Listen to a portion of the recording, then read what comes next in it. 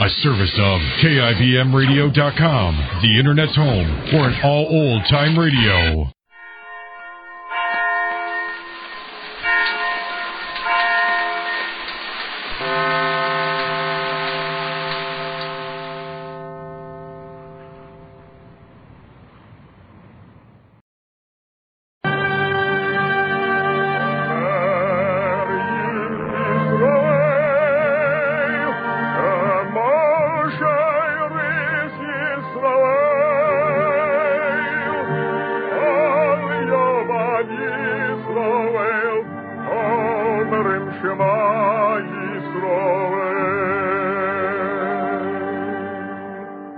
And the Lord spake unto Moses, saying, Command the children of Israel that they bring unto thee pure oil olive, beaten for the light, to cause the lamps to burn continually in the tabernacle of the congregation.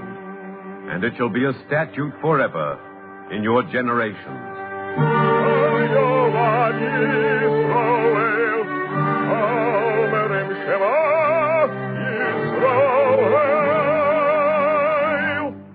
The eternal light.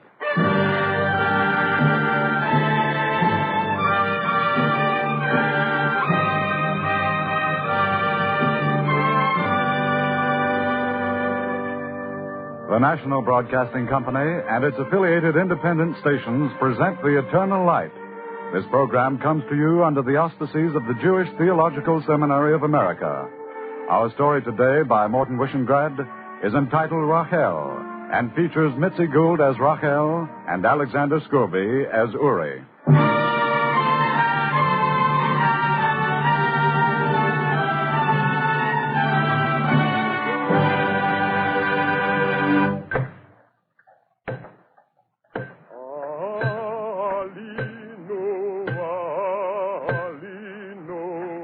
We were building a road in the desert from Degania north to the Sea of Galilee.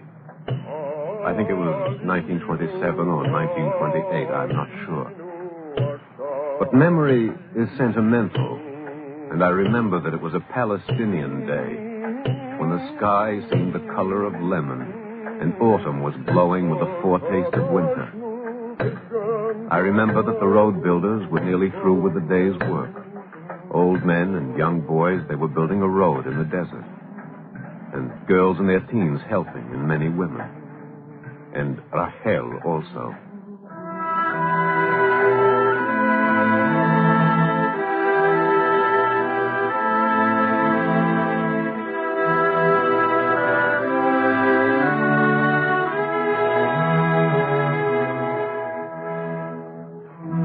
Suppose you call me Uri.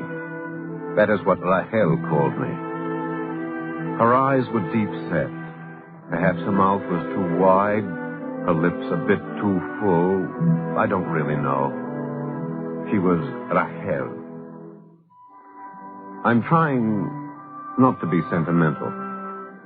And I should have forgotten it all, but it doesn't stay forgotten. And so I'd better tell you about it. I remember as clearly as though it was something that happened only this morning or yesterday. The road builders had put down their tools. They went away. But Rachel and I stood on the unfinished road. The day was darkening and mute with space, and we were alone. Uri. Listening? Your hands blistered? Not anymore. Men are lucky. I've tried soaking my hands in brine. They never seem to get calloused. I can understand that.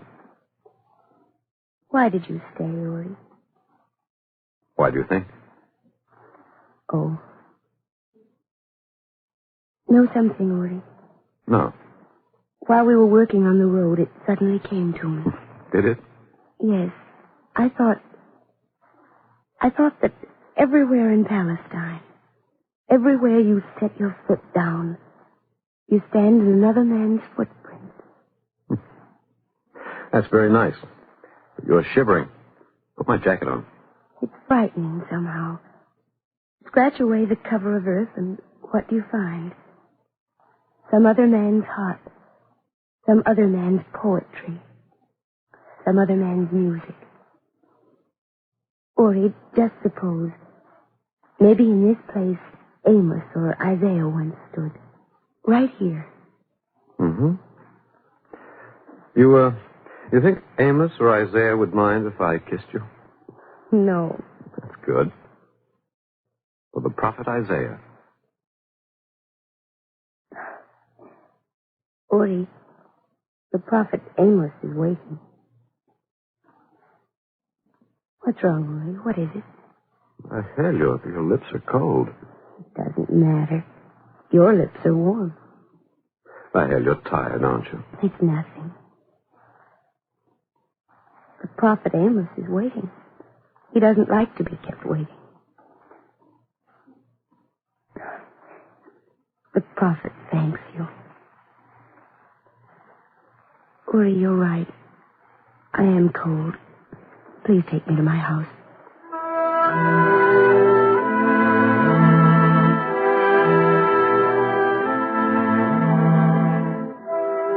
She was shivering. Only a moment before, her eyes had glistened, her cheeks bright with color. Only a moment before. And now her eyes were dull. And in the sudden pallor of her face, I could see a languor and a weariness which was like a prophecy. I think I knew even then it was more than the weariness of the instant. There are some beginnings that can be measured in time, and this was such a beginning. We went back to the colony, but I did not take Rahel to her house. I borrowed an old car, and we drove to Kinneret, where there was a doctor. Are you frightened of me, Rahel? Why? Your pulse. I'm not frightened, Doctor. At least, not frightened of you. Do I have much temperature? Enough. Rahel, you should be in bed. Should I? You've gotten thinner since the last time I saw you. I've been working on the road. And you're tired, aren't you? Exhausted. A good deal of the time? Yes, Doctor.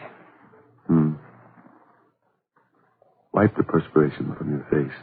Oh, yes, thank you. Rahel, you will tell me if I am wrong, but often at night, especially towards dawn, you awaken covered with sweat. Cold sweat. No. You're not wrong, Doctor. And every afternoon, you're feverish, aren't you, Rahel? Doctor, Uri and I are to be married. Every afternoon, you're feverish, aren't you, Rahel? Yes. I want you to cough. Go ahead, Rahel. Cough.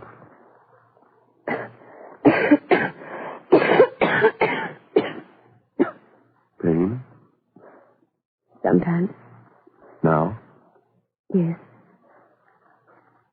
Doctor, Uri and I are to be married. Where was the pain? Here, mostly. Rahel, I want you to take this sputum bottle.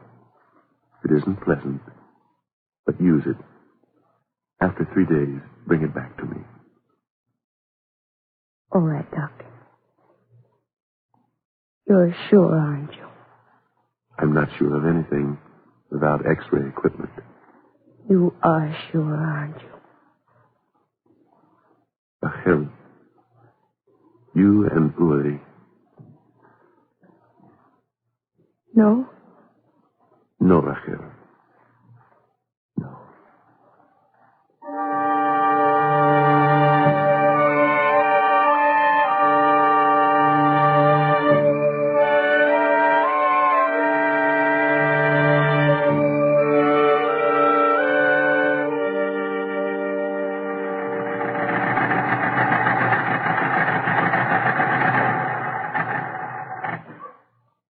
We're not home, Uri.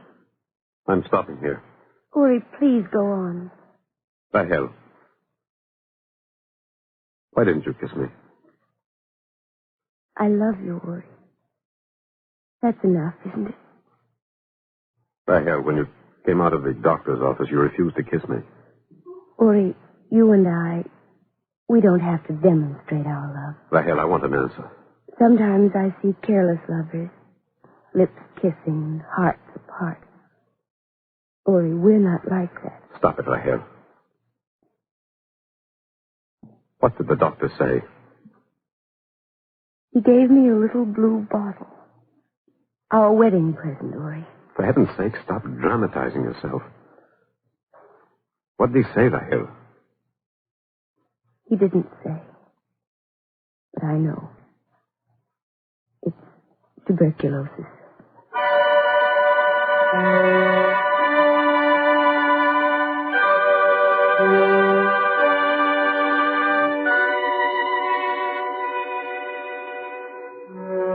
A little blue bottle in Begania, a doctor's microscope in Kinneret, an X-ray machine in Tel Aviv. All impersonal things. And a few billion tubercle bacilli impersonally devouring two human beings. It has happened before. Only this time it was happening to her. Back in Begania, old men, boys, young girls in their teens, and women, they were building a road in the desert. But not Rahel. Well? Well? I think at this point I'm supposed to tell you that I never really loved you. According to, is it Camille? I send you away. Then I cry into my pillow. Pretty objective, aren't you? Ori, you've missed your cue. You get down on your knees now. You're supposed to insist that I marry you at once. Rahel, don't. Or would you like to try the biblical approach? And Jacob said to Laban, I will serve thee 7 years for Rachel, thy younger daughter. I could, you know. I'd wait. Thanks. It would be better if you didn't. Stop pretending. You're wrong, Ori. I want you to leave me. Just the way it's done in the stories that imitate other stories. Suppose we try to behave intelligently and figure this thing out. Nothing to figure, Ori. Well, there's a chance, isn't there? You heard the doctor. He could be wrong. Let's suppose he's right. Well? Well, there's you, there's me, there's Palestine. I'm a farm worker. You're a farm worker. You can plow a field, build a road, plant a tree. I can't. I'm not good for anything now. That's not true. You're quite right. When I die, I shall belong to the land and be a blade of grass or a fertile field or a multitude of standing grain. I think that's rather poetic. Stop pitying yourself. You're right. Ori, you're always right. I think I could grow to hate that in you. I wish I could find the words I want to say. I've got them all arranged in my head. Then you look at me. And it's spoiled. I can't say it. I'll give you paper and pencil. You'll write it down. I might, you know. I could be quite maudlin on paper. Could you? Ori, I love you. Rahel, say my words, too. Your words. Ori, your words are in the book of Psalms. I have stilled and quieted my soul like a weaned child with his mother.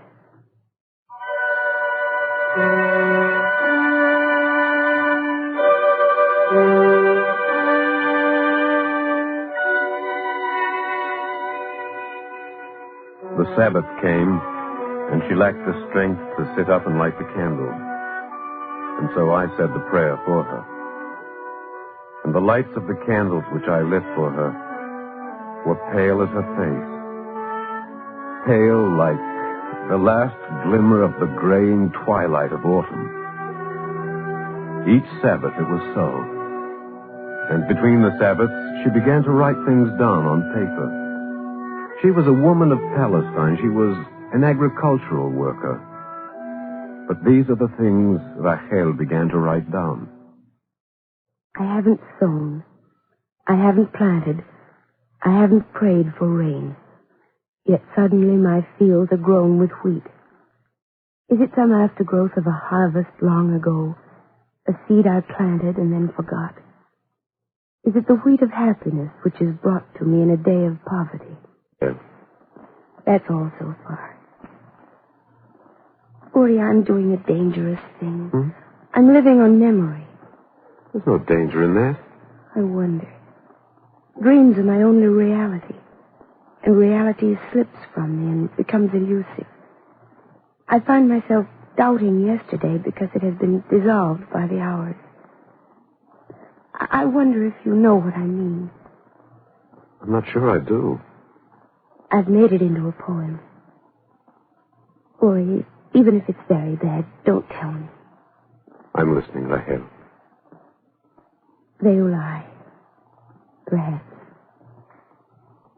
Perhaps these things have never been at all. Perhaps I never rose at break of day to labor in the garden. Perhaps I never stood upon the loaded cart gathering in the hay. Perhaps I never made my body whole in the blue and quiet gleam of my Kinneret. O Kinneret of my soul, were you once true? Or have I dreamed a dream?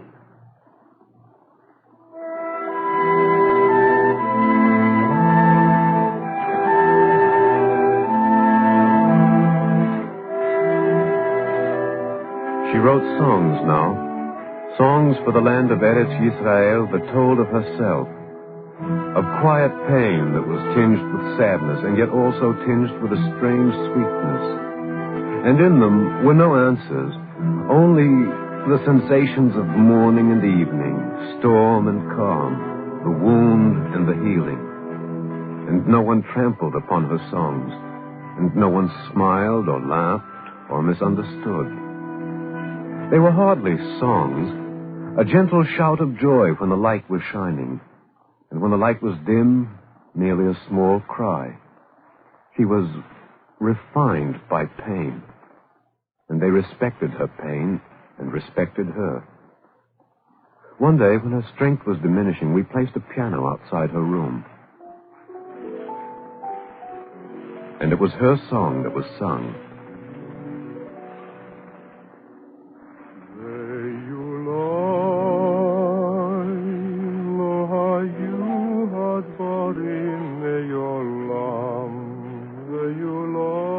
Veulai lo chayu chadvarim me'olam. Perhaps these things have never been at all. I stood by her side. I saw her eyes, and I could not say whether their look held more of exaltation than of pain. There is a song that flows from the wound of the heart when it loves, and this was in her eyes. There is eternity in each moment, and this for her was an eternity of moment and a ladder. You hear an echo on the mountains. Then there are no mountains, but the echo remains. Happy is the heart that remembers the echo. There was such goodness for her in that. But even that was not permitted to last.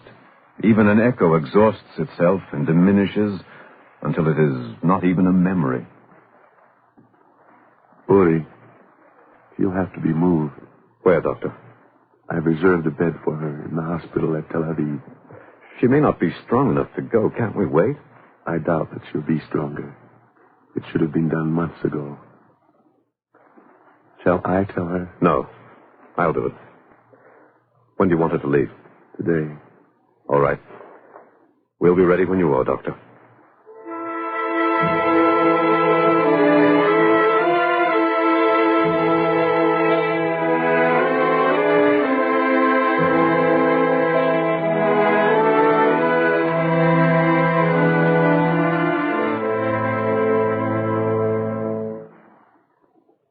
Hold me very tight.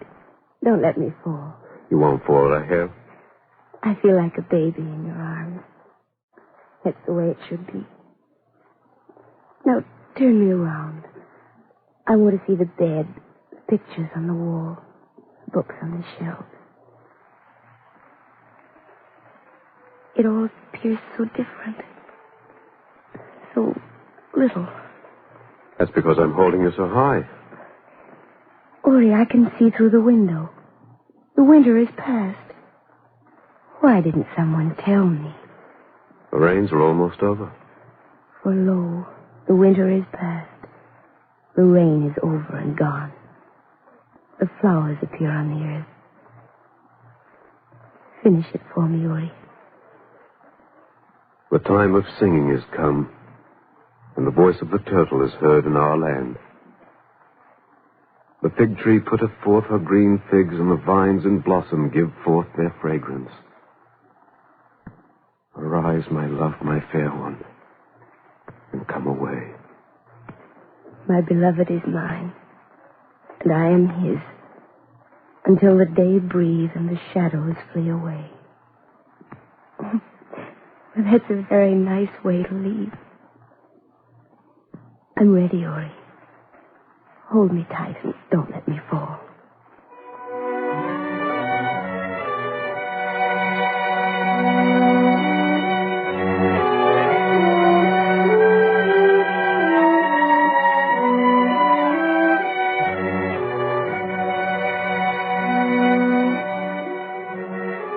I think that children and poets should never be in hospital.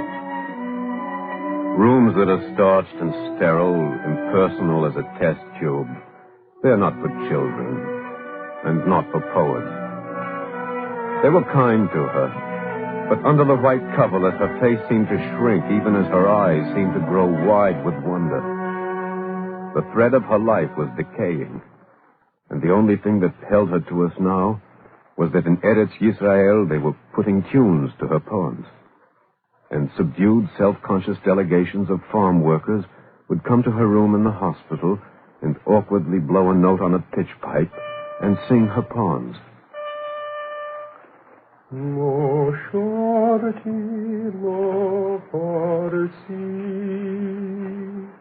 Say your words, Rahel.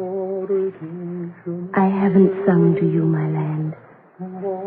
I haven't adorned your name with deeds of heroism or spoils of battle. Only a tree have my hands planted by the shores of the Jordan, and my feet have traced a path through lonely fields.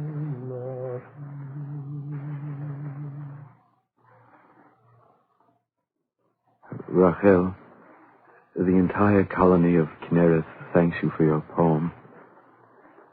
These flowers, you know that... Well, I'm supposed to make a speech. Here, take them. Thank you, Joshua.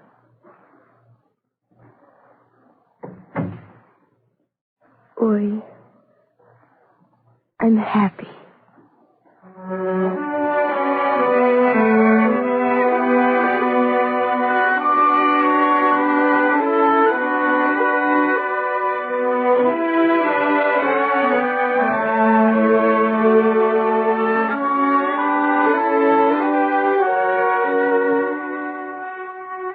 The delegation seemed to come every week, singing a song, leaving a melody as a gift.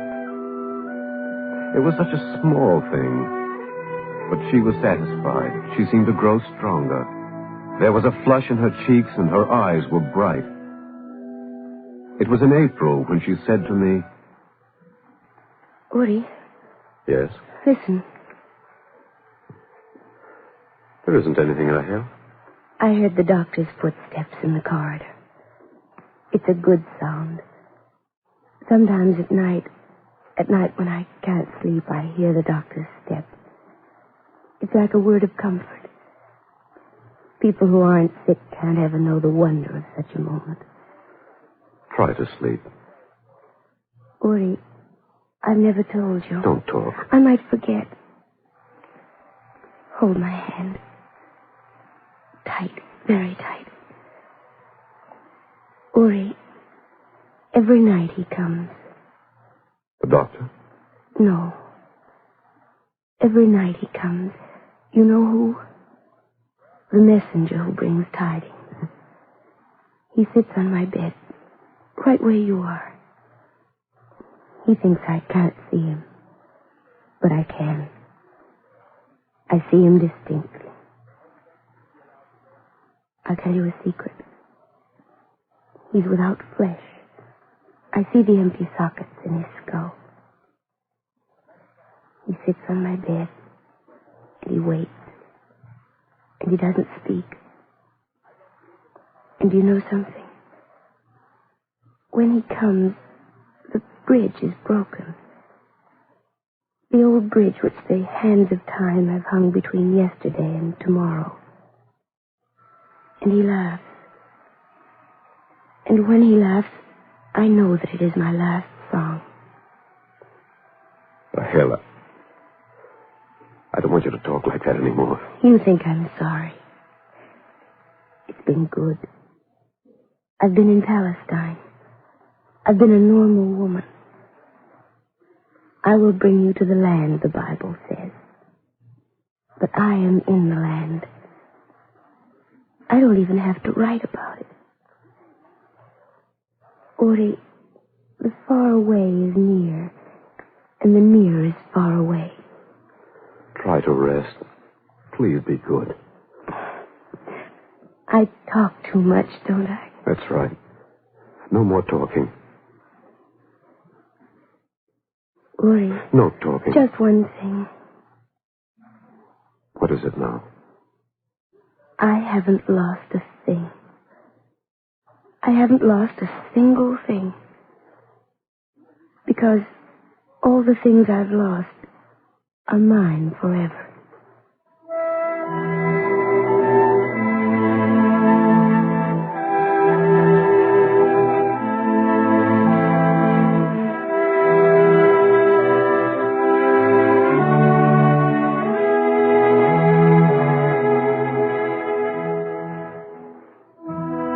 On April 16th, 1931, she died in a hospital at Tel Aviv. In the land of Israel, Eretz Yisrael, they sing her songs, and perhaps from beyond she sends blessings. She is a memory, and only the memory remains. But that is a thing nothing and no one can hurt. At the side of any road, at the decline of any day, the memories gather round and go with me to make a covenant. And then I know what she knows. Only what you have lost is yours forever.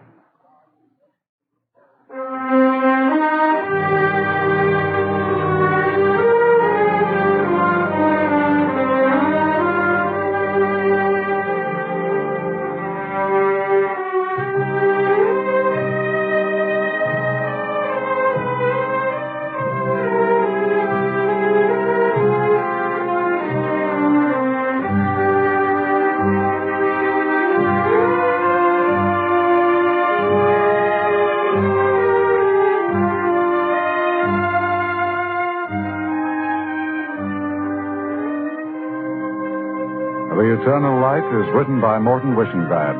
The music was composed by Morris Momorsky and conducted by Milton Catons. Rahel was played by Mitzi Gould, and Alexander Scurby was Uri. Cantor Robert H. Siegel was the soloist. The entire production is under the direction of Frank Patt. Background material for today's script was supplied by Reuben Wallenrod's Main Currents in Palestinian Literature, to be published shortly by Berman's Bookhouse. If you'd like a free copy of today's script, write to The Eternal Light, 3080 Broadway, New York, 27, New York. This program is a weekly presentation of the National Broadcasting Company and its affiliated independent stations, and comes to you under the sponsorship of the Jewish Theological Seminary of America.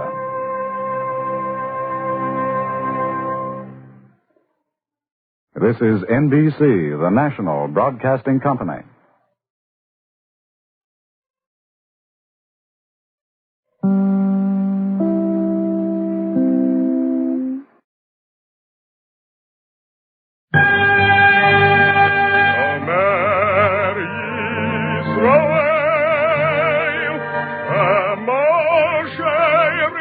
Yisroel,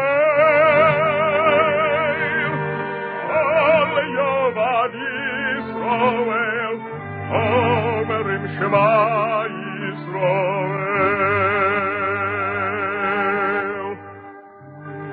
And the Lord spake unto Moses, saying, Command the children of Israel that they bring unto thee pure oil olive, beaten for the light, to cause the lamps to burn continually in the tabernacle of the congregation, and it shall be a statute forever in your generation.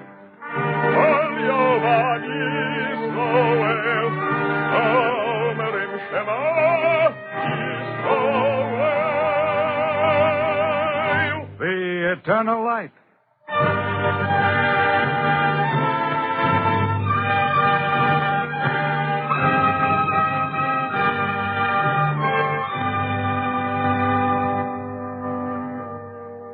The National Broadcasting Company and its affiliated independent stations present The Eternal Light, a program which comes to you under the auspices of the Jewish Theological Seminary of America. Our story today is Morton Wishenbrad's The Cow That Coughed, and features Philip Burniff as Nathan Strauss.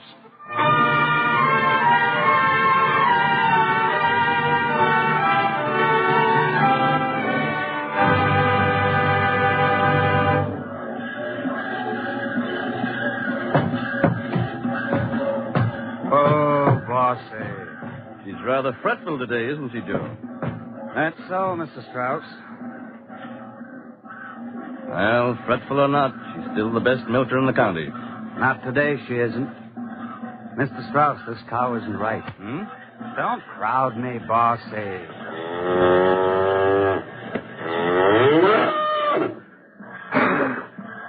What was that, Joe? Sounded like a cough, didn't it? Yeah, that's a cough sure as shooting. Keep her in the barn today, Joe. I'll be going for the vet. I'll finish milking, Mr. Strauss. Now, stop fretting, old lady. Stop fretting and don't crowd me. You'll be all right.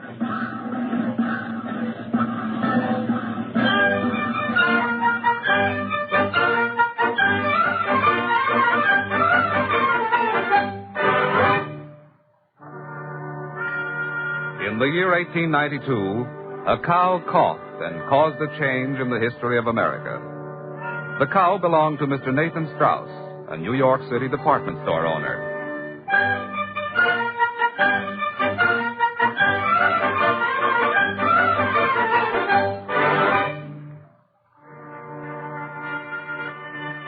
It is written, "He who saves a human life is as one who has saved the entire world." It is written further, "Happy is he that considereth the poor." You may ask, what has a cow that coughed to do with a sentence from the Talmud and a verse from the Bible? In a way, that is our story. For the pedigreed cow of Mr. Nathan Strauss sickened and died. And Mr. Nathan Strauss was a curious man. He ordered an autopsy performed. Well, there's nothing anybody could have done, Mr. Strauss. Both lungs were diseased. You're sure, Mr. Lindsay? Of course I'm sure. I know cows. Mr. Lindsay, my family has been drinking milk from that cow all summer. Well, there's nothing wrong with that. The milk was good, wasn't it? But if her lungs were diseased... What's the difference? Milk's milk. One thing has nothing to do with the other. Hey, Mr. Strauss, where are you going?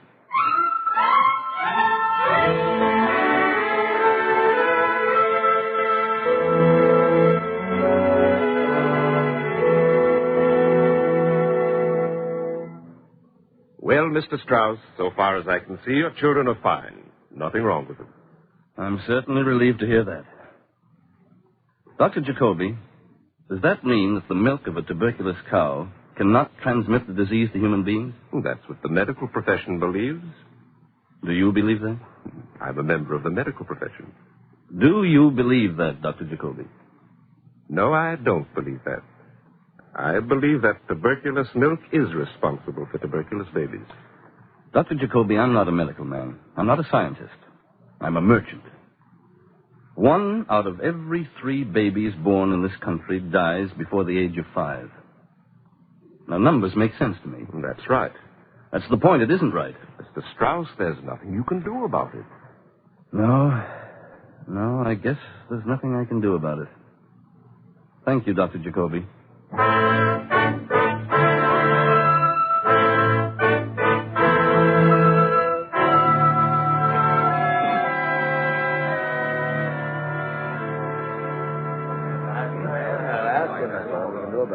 Mr. Strauss, we don't want to take any of your time. Come to the point, sir. Now, don't rush me, McLaren. Like I was saying, Mr. Strauss, we don't want to take any more of your valuable time. Then stop taking it, Simpson. Now, look here, McLaren. Who's doing the talking? You are, but you're not saying anything. Move over, Simpson. Mr. Strauss, this committee represents the Democratic Party of the city of New York. That's just what I was saying. And we're asking you, Mr. Strauss, to become the party's candidate for mayor of New York. Well, I'm very flattered. How about it, Mr. Strauss? One moment, Mr. McLaren. I've got a slip of paper here with some figures on it. Last week, within a radius of 12 miles from City Hall, 1,036 people died. Mr. Strauss, we are talking politics. Of that number, 713 were children under 5 years. 664 were children under 2 years. 529 were under 1 year. In 1 week, Mr. McLaren, 64% of those who died were babies under 2 years. Well, that's too bad. But we're not asking you to run for president of a funeral parlor. Mr. Strauss, will you or won't you run for mayor? The deaths, Mr. McLaren, were caused by tuberculosis, typhoid, diphtheria, cholera, scarlet fever, septic sore throat, and dysentery. Now, I think before I accept a nomination for anything, I've got to do something about that. Excuse me, Mr. Strauss. If I didn't know you better, I'd say you had water on the brain. You're quite wrong, Mr. McLaren. I've got milk on the brain.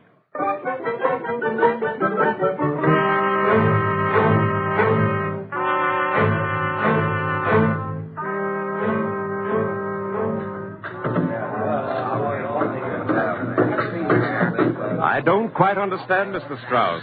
Why did you ask me to come here with you? Step in here, will you, Dr. Jacoby?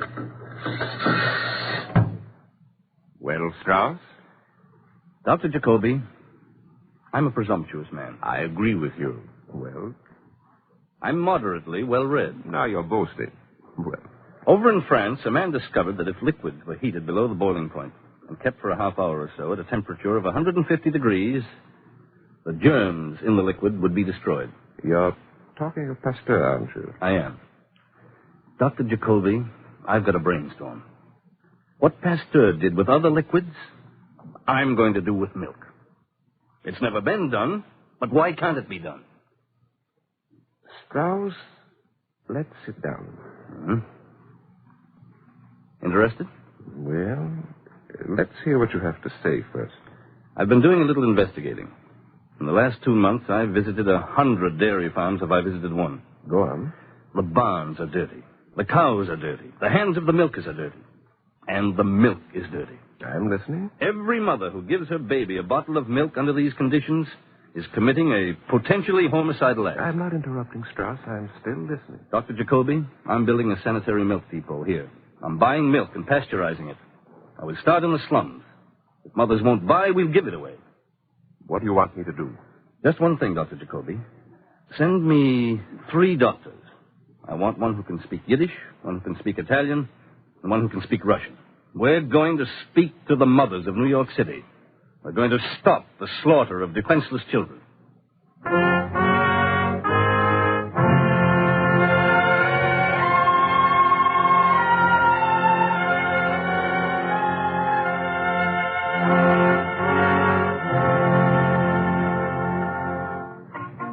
Le madri d'America mettono al mondo 2 milioni di bambini all'anno. Di questi bambini, 240.000 muoiono entro il primo anno d'età.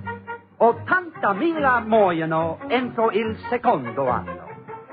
Madre, il signor Nathan Strauss vi offre adesso il modo di salvare questi bambini. Il signor Strauss è un... Слышали ли вы когда-нибудь о Натане Страусе? Он скажет вам, что нет смысла звать доктора, когда ребенок заболел. Страус скажет вам, что лучше охранит вашего ребенка от болезней. Здесь на столе бутылки молока. Хорошего молока для ваших детей. Молоко, Jeder Mutter mit kindlich krank im Bett. Zu jeder Mutter, welche hat vergossen bittere Tränen über dem kalten Körper von ihr toten Kind, komm ich reden im Namen von Nathan Strauss wegen Hoffnung. Ich bete euch, alle von euch, welche haben die Möglichkeit zu kaufen, die Milch reinzubringen, eure Pennies. Öfter sind da von euch, welche haben nicht kein Pennies. Ich bete von euch, kommt, sei bis sei. Kommt, nehmt die Milch, schämt sich nicht. Das ist gesund und Leben für euer Kind. Und mit gesund und Leben darf er sich nicht schämen.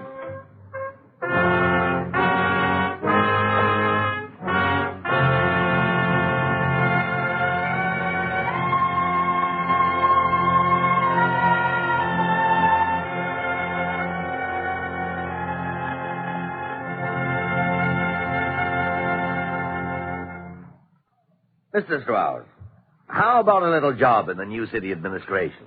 Mr. McLaren, I've still got milk on the brain. You're welcome to it. We're offering you the job of President of the Board of Health. You mean that seriously, Mr. McLaren? I'm a serious man, Mr. Strauss. No strings attached? It's, just a minor matter. The dairymen. Well, they like you to sort of have a meeting with them. What for, Mr. McLaren? They want you to tend to your department store. They'll tend to the city milk supply. Oh. And what do you think, Mr. McLaren? Oh, I don't think. Oh, you must have some ideas on the subject. All right, Mr. Strauss, you're a good fella. Why don't you try minding your own business, which ain't milk? Mr. McLaren, I'm supplying milk for over 2,000 babies every day. And since I'm paying for it, it seems to me that is my business. Mr. Nathan Strauss, President of the Board of Health. That'd sound pretty fine, wouldn't it? Yes. Yes, it would, Mr. McLaren. I want that job. You know how you can get it? I don't want it that way, Mr. McLaren. Well, it looks like a nice day for a ball game. I'll be seeing you, Mr. Strauss.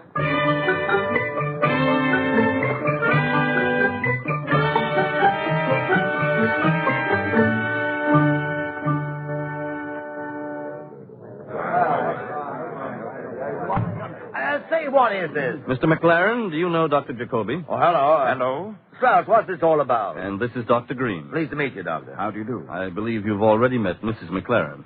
Margaret, I'm busy. I'll see you at home. Oh, you don't understand. I asked Mrs. McLaren to come with us. Strauss, what are you trying to pull? Nothing. Mrs. McLaren, would you please put the bottle of milk down on the desk? Margaret, what is this? Tom McLaren, it's a bottle of milk from your own icebox. It's milk I've been giving Dennis, little Tom, John, and Patrick, Margaret, Mary, and the baby. Thomas McLaren, here's the milk from your own icebox. Let me explain, Mr. McLaren. Dr. Jacoby, Dr. Green, and I visited your home yesterday. Strauss, when you learn to mind your own business, you're going to be a fine, upstanding citizen. Thank you. Dr. Green, will you tell Mr. McLaren of the test you made? I took a sample of the waste from the sewer on your street. Mr. McLaren, I tested 10 cubic centimeters of that sewage. I found 1,126,000 bacteria to the cubic centimeter. It's all right. The sewer's dirty. I'm not drinking the stuff, am I? And now, Dr. Jacoby, will you report on your test? I removed 10 c.c. of the milk Mrs. McLaren was putting into the bottle of your youngest child. Did you now? Thomas McLaren, I'll tell you what he found. The milk your baby drinks is twice as filthy as the water from the street sewer. Margaret, you're crazy. Say that again, Thomas McLaren. Well, they're lying to you. I give you my word as a physician, Mr. McLaren. My test of the milk in your baby's bottle showed 2,350,000 bacteria to the cubic centimeter. Now, that's more than twice the bacterial content of city sewage. There you are, Mr. McLaren. Have a drink. It's a poor time for jokes, Mrs. McLaren. Go on. Pure milk. Margaret, you know I never touch the stuff. All right, then, Tom McLaren, I'll ask you. What's the name of the health commissioner of the city of New York? Well, it isn't Margaret McLaren, if that's what you mean. McLaren? Strauss, what do you want? I want a city permit to sell pasteurized milk at 1 cent a glass in all public parks. I want a city permit to triple the number of experimental milk depots. And I want your word that any unscrupulous dairyman who tries to force people to buy polluted milk will be stopped. Oh, yes, and I want that job of president of the Board of Health. Thomas McLaren, I'm looking straight at you. All right, Strauss. You've got yourself a job.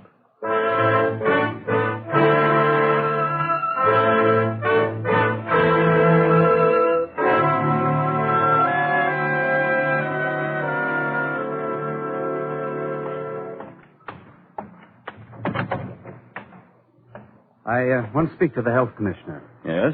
I want to report the outbreak of an epidemic. I need the health commissioner right away. I see. Well, can I assist you? No. Mr. Strauss is the man I want to see. I'm Nathan Strauss. How do I know you are? Well, you might ask Dr. Jacoby here. This is Mr. Strauss. I vouch for it. Thanks, boys. I had to make sure. Mr. Strauss, a summons. Sworn today at the court of special session. Well, what's the complaint? The charge is watering milk. And, Mr. Strauss, this is an arrest. Officer, here's your man. Put him in the clink.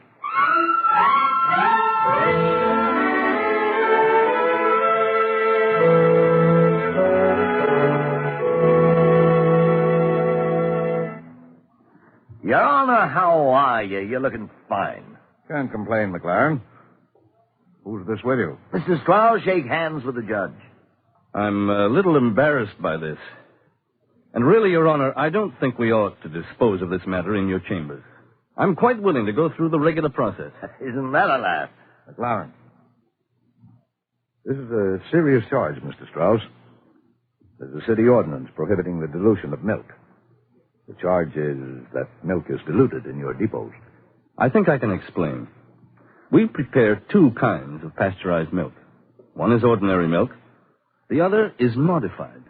Modified? Yes, according to a formula of Dr. Jacoby's. It's for small infants. Ingredients are added so that the milk will more closely resemble mother's milk. Is that why they arrested you? I expect it is, Your Honor. I'm not an issue here. The issue is 1 baby dead out of every 3 born. Most doctors agree with me. But I'm sorry to say that there are a few who see no way of attacking disease except with a medical diploma. I'm resented because I'm not a physician. I take it you're referring to Dr. Smith, whose name is on the summons here. Yes, Your Honor. I wish Dr. Smith could see that fighting tuberculosis without attacking tubercular milk is like trying to put out a fire by pouring water on another building. Strauss, you're a fine man. Would you mind a personal question? No.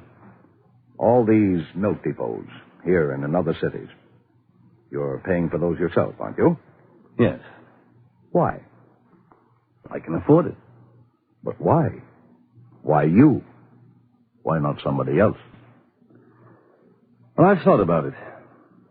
Most people who can afford it make their contributions to society after they die. I can't see that. I'm still a fairly young man. But why should people have to wait until I die? Why should they profit more by my death than by my life? I never considered it that way. Your Honor, religion's a private matter. But I ought to say that my religion compels even a beggar to contribute a part of his income to society. Now, I'm pretty fortunate. Though it seems to me my contribution has to be fairly substantial. When I was a boy, down in a little town in Georgia. Yes? My father used to teach me. Once he opened the Talmud and he read to me, "What you give after death is lead. What you give in sickness is silver. What you give in life is gold." McLaren. Yes, sir. There's a summons on my desk. Now, mind you, I never mentioned the subject. Well, of course not, Your Honor. Which side of the desk, Your Honor? Without mentioning it, it's the right side, near the Bible. Well, so it is. And, McLaren, I think my own wastepaper basket is rather full. It would be better if you disposed of it outside. Gotcha, Your Honor. And, McLaren? Yes. Don't throw it in the street. Find a nice, clean sewer. There's a city ordinance against littering the street with paper.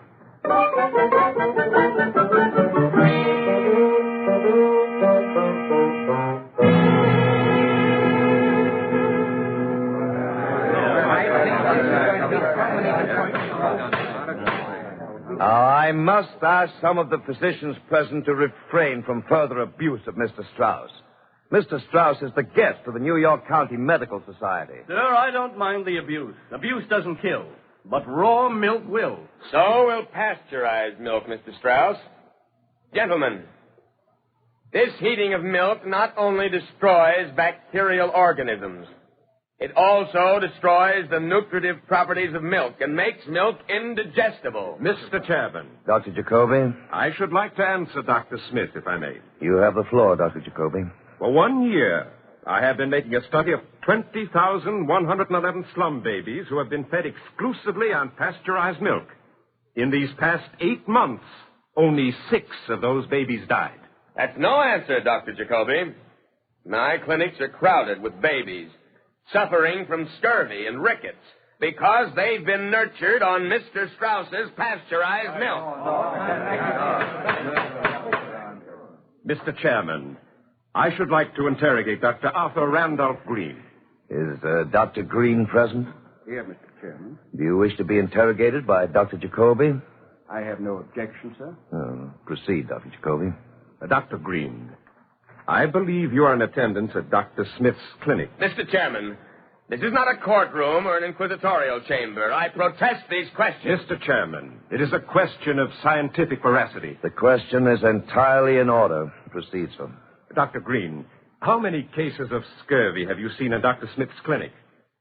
Not one, sir. How many cases of rickets, Dr. Green? Not one, sir. Mr. Strauss, you may have the floor if you wish. Thank you, sir.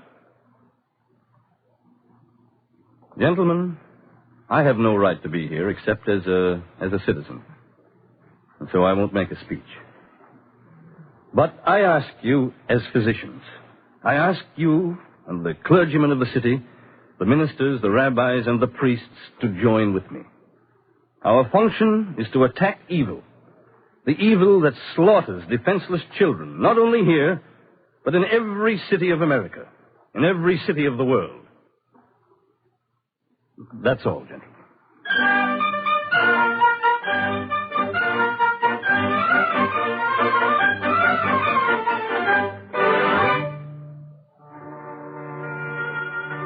For more than 14 years, Nathan Strauss fought an evil, alone. 297 milk stations, which he financed in 36 cities, carried the fight for him. Then, slowly, the laws were made. Pasteurization and the inspection of dairy cattle for tuberculosis became mandatory by law. Nathan Strauss is dead now, but he has left his work to live for him. In the year 1892, there was a cow that coughed, and it made a difference. There is a line in the Talmud. He who saves a human life is as one who has saved the entire world.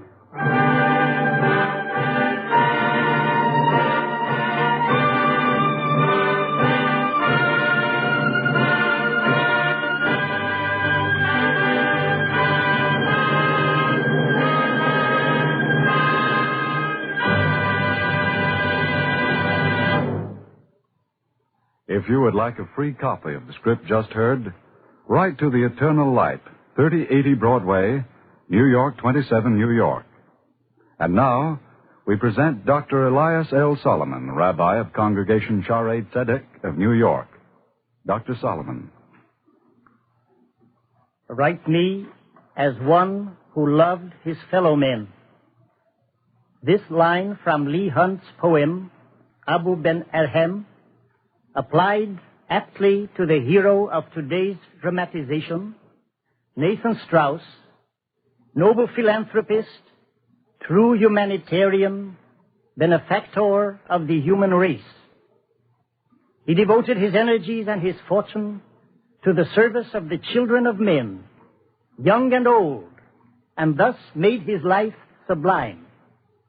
If it is true that he who saves a human life is as one who has saved the entire world, how great is the merit of Nathan Strauss, who by his munificence and mercifulness saved countless human lives of different races, colors, and creeds. Men like that are the salt of the earth, the saints in whom is the world's delight. It was quite natural for Nathan Strauss, considerate as he was of the health and the lives of little children, to manifest equal solicitude for the happiness of his co-religionists, as well as of peoples everywhere, regardless of racial and religious distinctions.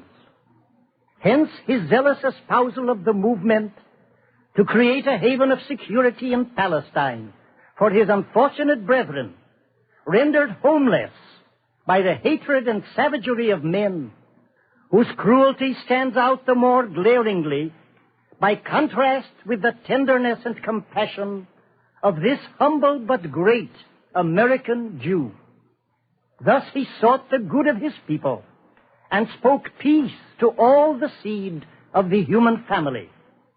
On the roll of mankind's benefactors, the name of Nathan Strauss, like that of Abu Ben Adhem, will lead all the rest.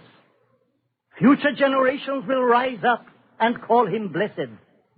May his kind increase, for then the world would be blessed, and the lives of men would be brightened and warmed by the cheering, comforting flame of love, tolerance, goodwill, and universal friendship. May heaven speed that day. Thank you, Dr. Solomon.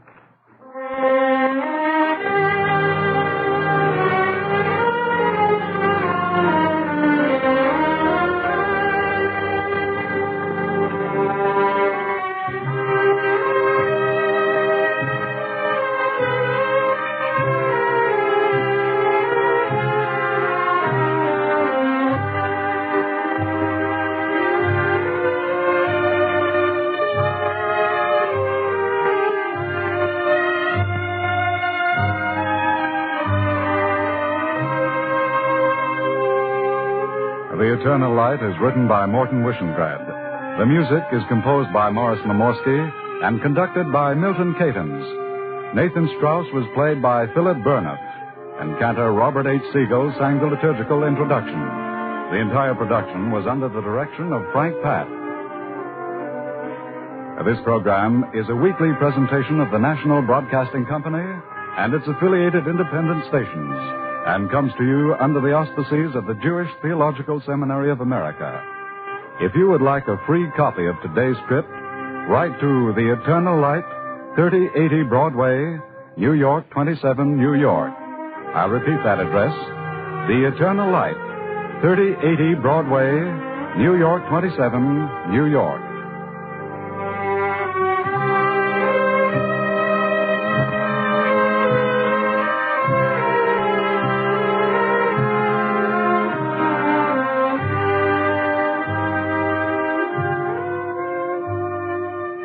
This is NBC, the National Broadcasting Company.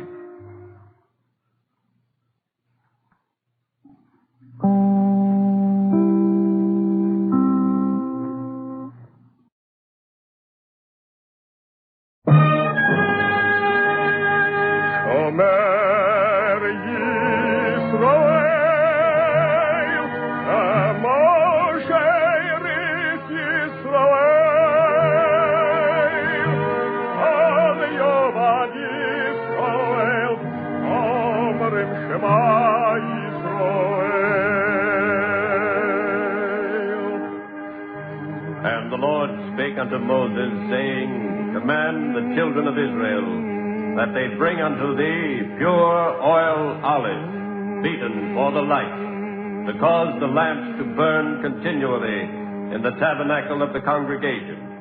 and it shall be a statute forever in your generation.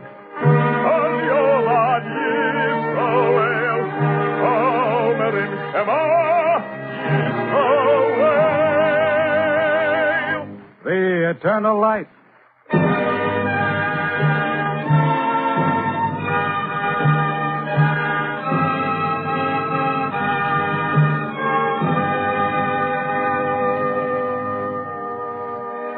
The National Broadcasting Company and its affiliated independent stations present The Eternal Light.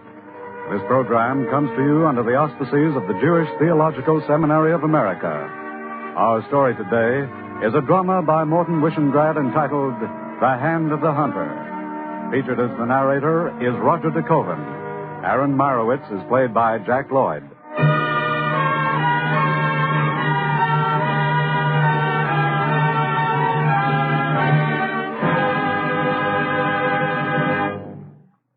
This is a story of the hunted become hunter. In many essential details, it is a true story.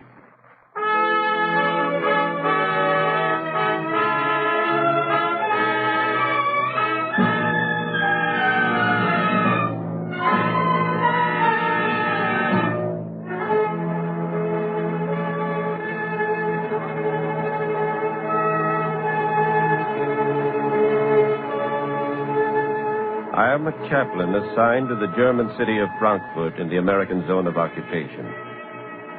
3 weeks ago, I saw Aaron Meyerowitz. I'd met him twice before. He was born 18 years ago in a Romanian town named Cluj. These are the things that he told me. It began in the month of October, 1943. He was at home. He and his father, his mother, and his 5 younger brothers and sisters. Aaron. Yes, Father. Keep away from the window. Keep the children away. All right. You will all sit exactly where you are. You will not be afraid. Mother, where are you going? The cat is in the street. I'll bring her in. Let her be. Please sit down. It isn't right. I'm worried about the cat. The cat will manage.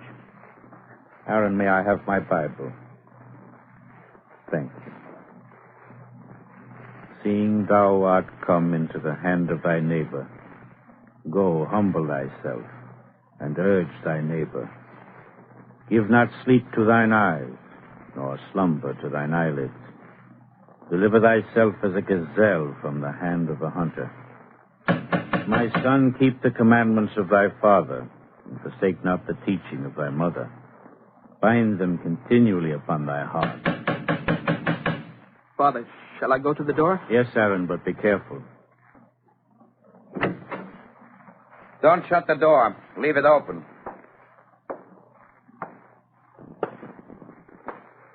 Your name? Meyerowitz. How many? Myself, my wife, these 5. You didn't count him. What is this one's name? Aaron. He's the eldest. He can stay behind for now. So can the others. You will come with me. Who are you? Gestapo. Give me a moment, please. I will get some things together. Nothing. As you are. May I speak to my wife and to my children? Go ahead. I should like to speak to them alone, if I may.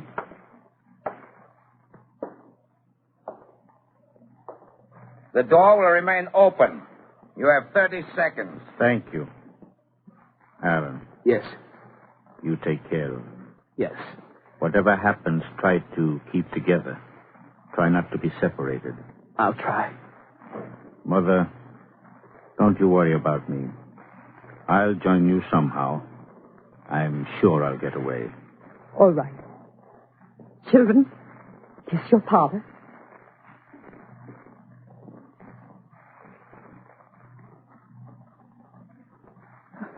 A kiss for me, Papa. A kiss for you, Mother. When we say 30 seconds, we mean 30 seconds. I'm coming.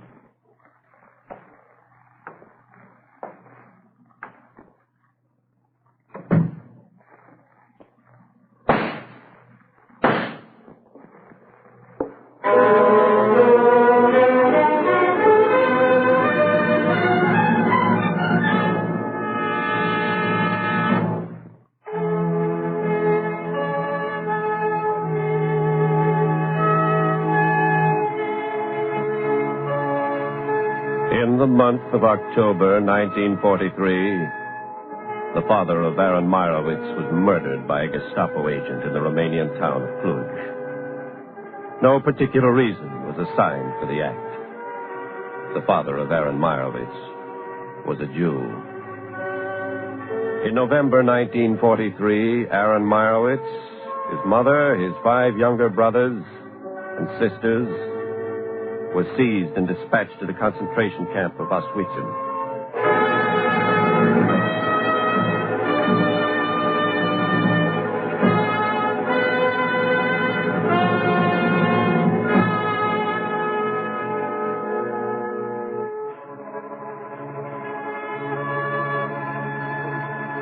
One year ago, in May, when the European war ended, I found an 18-year-old boy named Aaron Meyerowitz in the Austrian Tyrol.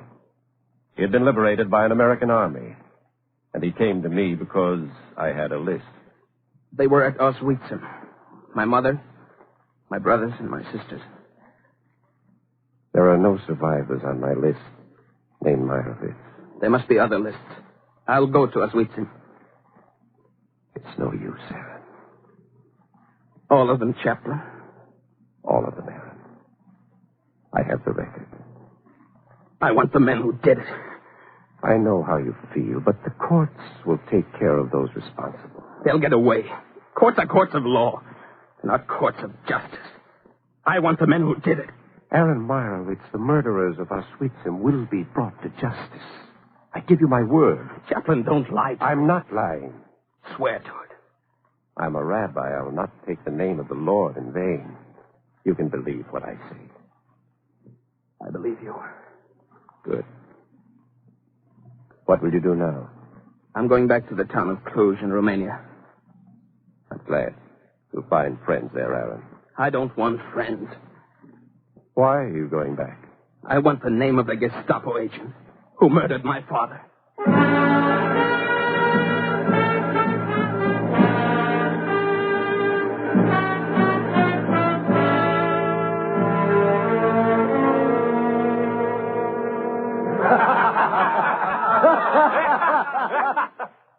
You remember me, Constantine?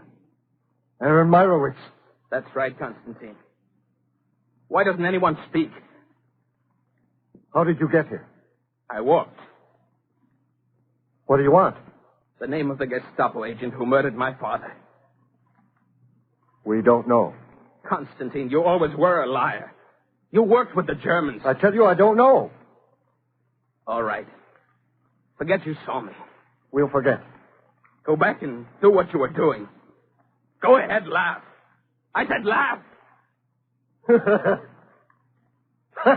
rest of you, laugh with him. Go ahead, laugh.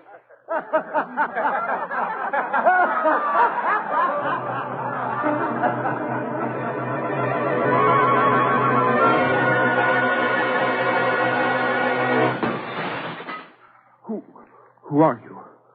What are you doing? Breaking a window. That's my window you've broken. I'll pay you. What do you want? Who are you? There's a picture of a man in that window. I'm a photographer. I take lots of pictures. Why did you break the window? The lady in the shop said the picture was not for sale. I want it. What are you looking at me like that for? I'm not armed. You wouldn't do anything to a man. Shut up. I'm not going to do anything to you. I want that picture.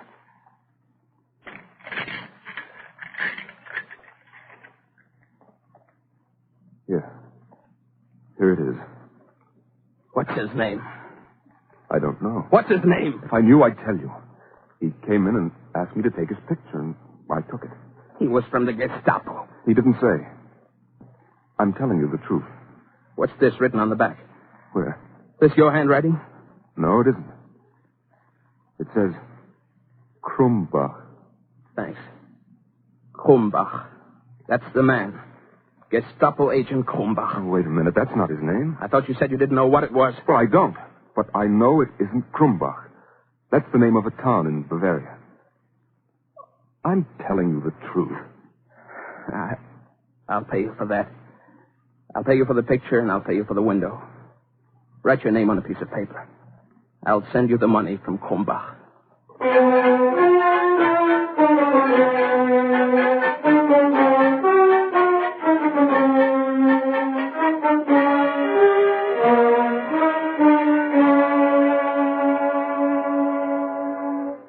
told me you were the new burgomaster of Krumbach. I am. I have a picture here. Did you ever see this man? He looks familiar. Honest, have you ever seen him? I've seen the swine, sure. What's his name? I don't know his name. His sister used to live here. Name of Schneider. She lives in a suburb of Frankfurt now, a place called Hurst. I'm much obliged to both of you. Don't mention it.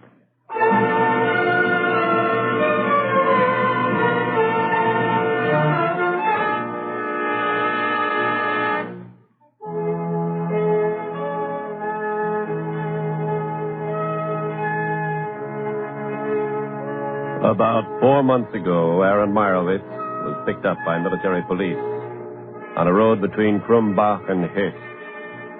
He told them his story. He was brought before a regional representative of UNRWA. That is a matter of record. He was allowed to be transferred to Lampertheim, a camp for displaced persons, about 50 miles south of the city of Frankfurt. In Lampertheim camp, Aaron Meyerowitz met a young man called David Levy, who also came from Cluj in Romania. Now the number of hunters was increased to 2. Your name? Aaron Meyerowitz. Your name? Levy. David Levy. Why do you want this pass? We wish to pay a visit to the town of Hurst.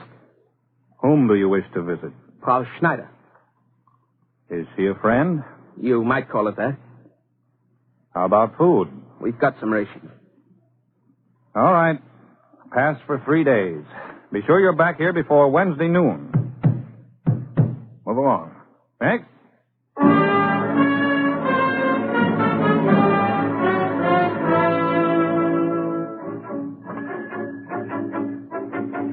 What can I do for you, gentlemen? We're looking for Frau Schneider. Sorry, I'm new here. Try somebody else.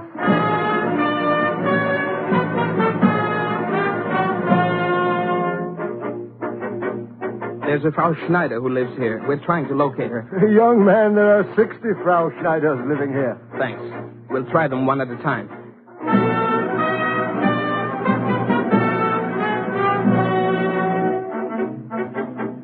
You say she came here fairly recently? That's right. Try the next street. Second house from the corner. I think the number is 42.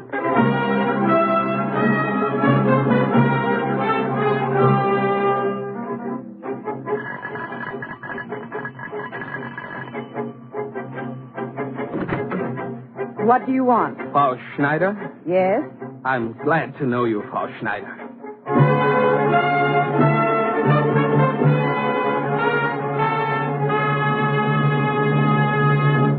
I'm scrubbing clothes. I don't have time to talk. You'll have to talk to me, Frau Schneider. Some other time.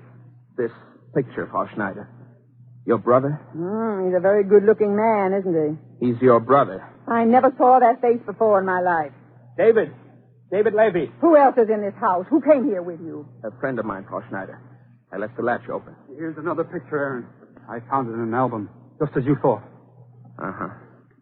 The same picture, Frau Schneider. All right, he is my brother. You admit it? Sure, I admit it. He was a brave man. He was killed at the Battle of Leningrad. Frau Schneider, you're a liar. Your brother was alive in Romania after the Battle of Leningrad. Where do you think you are? This country isn't Palestine. No, it's Germany. Frau Schneider, where is your brother? It's a pity you're still living. It's more of an oversight. Either you tell us, Frau Schneider, or we take apart your house. Why do you want my brother? We're rent collectors. Sure, that's right. He owes some back rent. I don't believe you. Madam, that's your privilege. David, what have you got there? I found these on a table in the hall. Some letters. Let me have them. You have no right to them. What is it? Look here, Aaron. The writing on the back of the picture you found in Romania. I wouldn't have thought of that, David. Thanks. It's postmarked Frankfurt. Number 3, Wagnerstrasse. David, you stay here with her. Don't let her write. Don't let her see anyone. Don't let her telephone. Where are you going? to 3 Wagnerstrasse. If you ever read the Bible, Frau Schneider, I suggest you open it to the book of Numbers. The revenger of blood himself shall slay the murderer.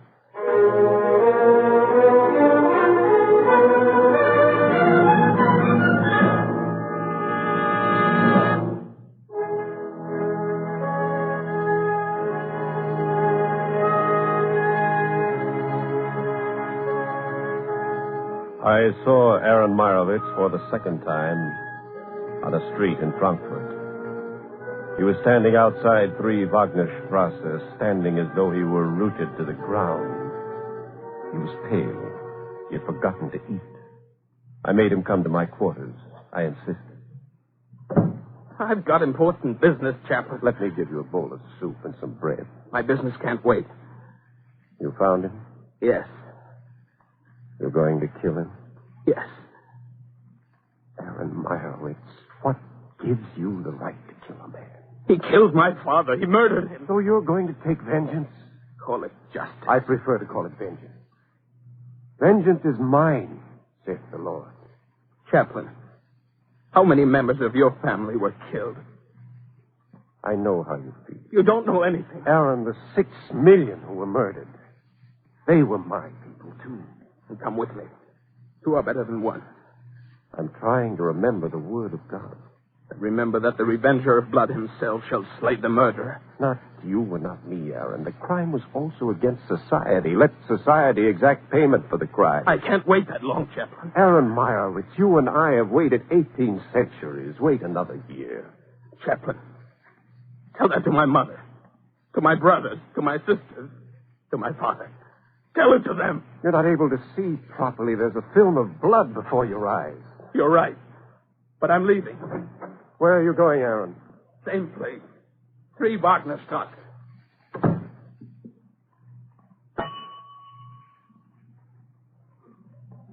You rang for me, Chaplain? Sergeant, a young man just went out that door. I saw him. Get a couple of men. I want you to bring him back. I've got just the men to do the bringing. No, Sergeant, don't hurt him.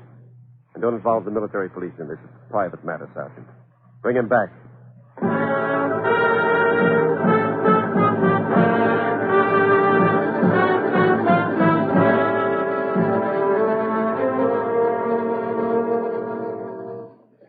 Take it easy, fella, and you won't get hurt. Satisfied, Chaplain? No, Aaron, I'm not satisfied, but someone had to stop you. Why don't you have me taken to jail? I could do that. It doesn't matter. I'm going to see him. You can stop me now, but I'll see him. I know where he is. I can wait. Aaron, there's still a law. There's still a morality. There's still an ethic in this world. It's slightly tarnished now. It has to be made bright, but more blood won't brighten it. I lived through it, Chaplain. 5 years. You think you can stop me? Aaron, you're a Jew. Thou shalt not kill. Tell it to my father. He would agree. That's why he died. Aaron, I want you to bring your father's murderer to justice. I want to see him stand before a civilized court. I want him to be given every opportunity to speak in his own defense and not to be prejudged. And then I want the court to decide with justice. Aaron, that's all we want. Not compassion, not pity, not charity, not vengeance. Justice. Aaron, are you afraid of justice for your father's murderer? I'm asking you a question. You can ask questions. There are soldiers here. Sergeant, leave the room. Yes, sir. He'll be waiting outside. Sergeant, you're excused for the day. Take the men with you. Yes, sir. The door is shut. You can always ask a question when a door is shut. I leave the door open. There's nothing to prevent you from leaving now. The question is justice or vengeance? I'm going to 3 Wagnerstrasse. I want you to. I'm going to see a man. I want you to do that. What else do you want? Do you want me to forgive him? Yes, if that were possible, yes. If this civilized world permitted civilized human actions, yes. But it isn't civilized. And you and I aren't civilized, not yet. So all I want from you, Aaron Meyerowitz, all I want is for you to bring him here. What will you do, Chaplain? You and I, Aaron, We'll take him to the Allied military government. We'll allow him the chance he didn't give your father. And you think justice will be done? I don't know. But you can live and die like your father, or you can live and die like them. That's the choice. All right, Chaplain. I don't have a gun. All I've got is my 2 hands. Look at them, Chaplain. They're strong hands. All right. I'll make the choice.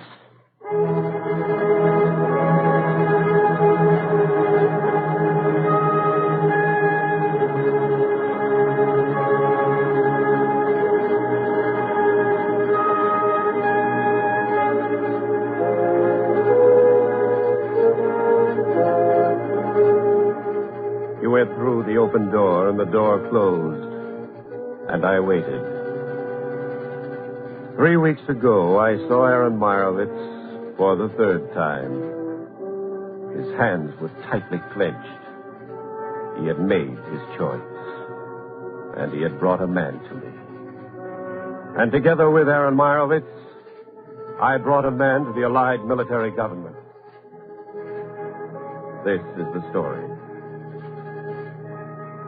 Almighty God, deliver us from the hand of the hunter and the terror of the hunted.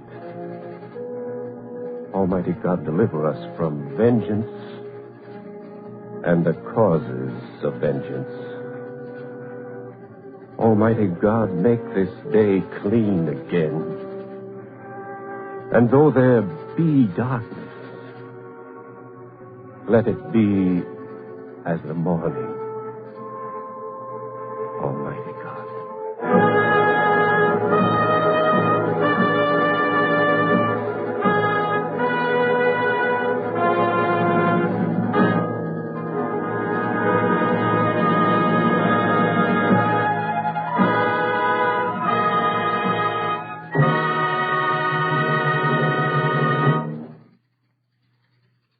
If you would like a free copy of today's script, write to the Eternal Light, 3080 Broadway, New York 27, New York. And now, we present Rabbi Roland B. Gittleson of the Central Synagogue of Nassau County. Rabbi Gittleson. War is a time of heated passions and blinded perspectives. At such a time, it is not easy to silence the heart's anguished cry for vengeance. In our story this morning, Aaron Meyerowitz discovered how true this is.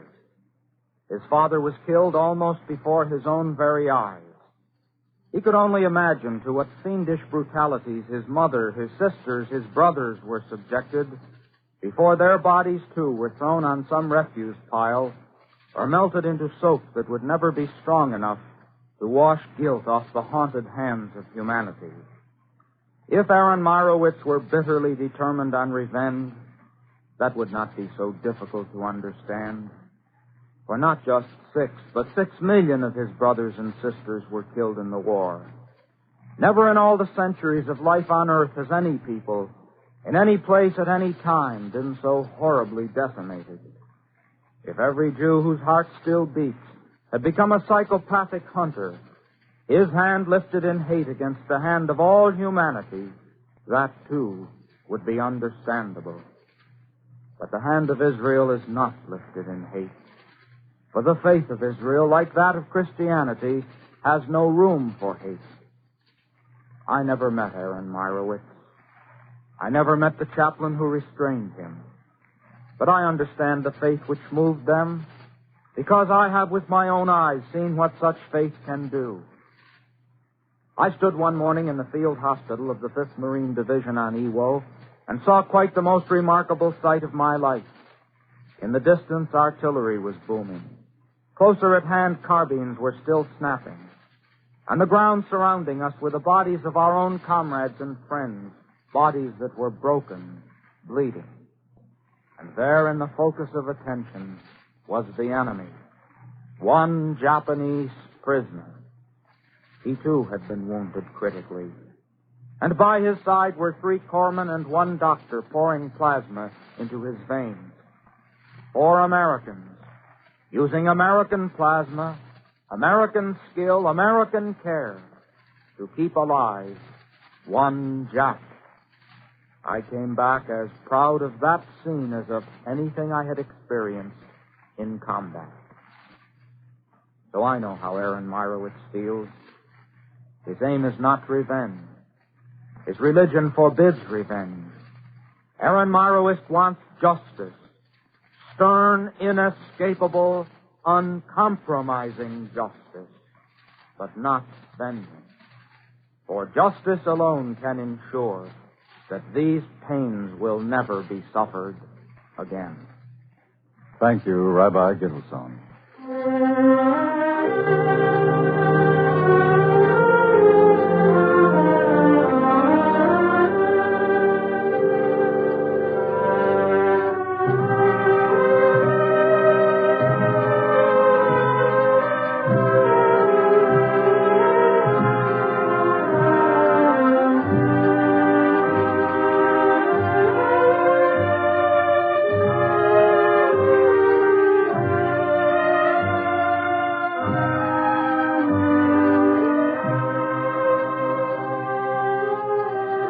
The Eternal Light is written by Morton Wishengrad. The music was composed by Morris Namorsky and conducted by Milton Catons.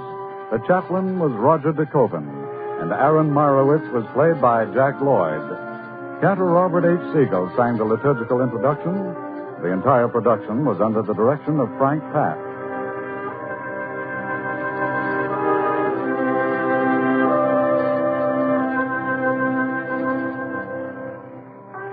Be sure to listen next week to a special Passover program entitled The Tender Grass. If you would like a free copy of today's script, write to The Eternal Light, 3080 Broadway, New York 27, New York. This program is a weekly presentation of the National Broadcasting Company and its affiliated independent stations, and comes to you under the sponsorship of the Jewish Theological Seminary of America.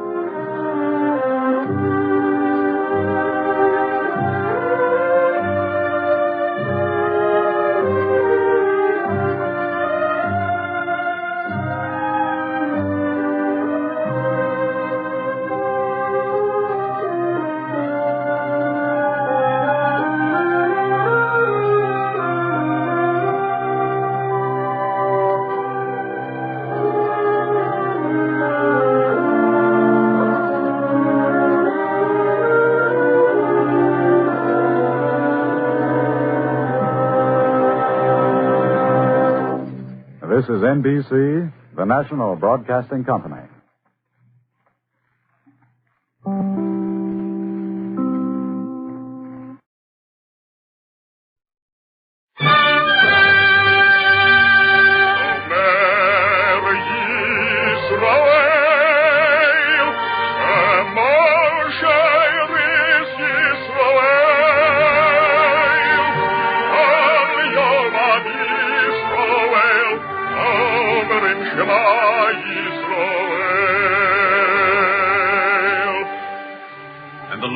Spake unto Moses, saying, Command the children of Israel that they bring unto thee pure oil olive, beaten for the light, to cause the lamps to burn continually in the tabernacle of the congregation.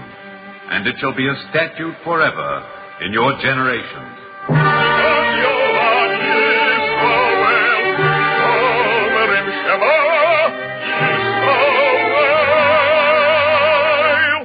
The Eternal Light.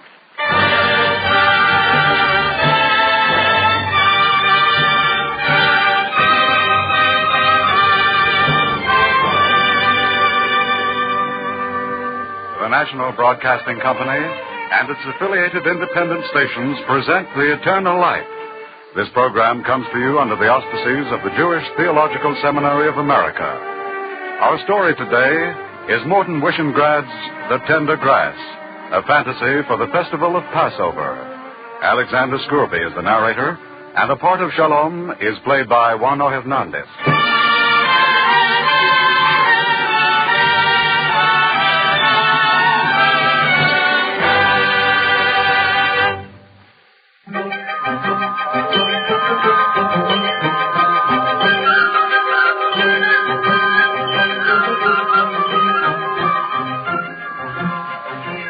There are so many questions that no one ever asks, like, how is April, and when does the nighttime sleep? I like such questions. They are rounder than gladness and very important. No one thinks of that. I will ask you a question. Suppose once upon a time there was a boy who never was, and who lived in a story that never happened. And perhaps he cried a long time because he wanted you to hear the story that never happened. Wouldn't it be terrible to let him cry? Isn't that important? I think so. I will tell you his story.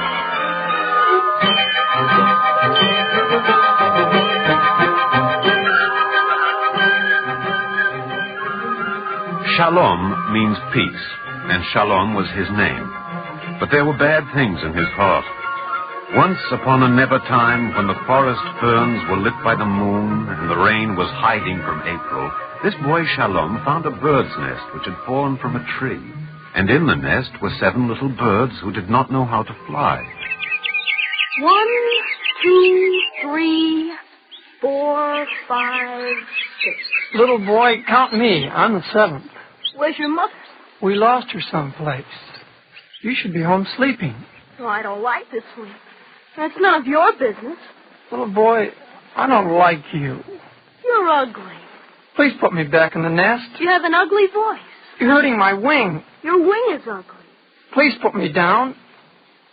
Little boy, why are you staring at me? I don't like you. I don't like you. I don't like your brothers. I don't like your sisters. Shut up. I said shut up. All of you shut up. I'll make you shut up. He took each of the 7 little birds and he tore out each of the 7 little tongues. There was no sound left. Nothing except the sound of nothing. And the boy went home to grow a day older.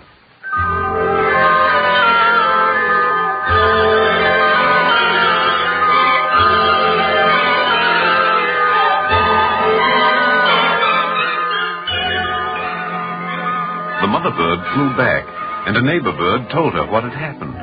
Then all the crickets beat their breasts, and the wind whimpered, and the animals of the forest began to cry, because 7 little birds would never sing.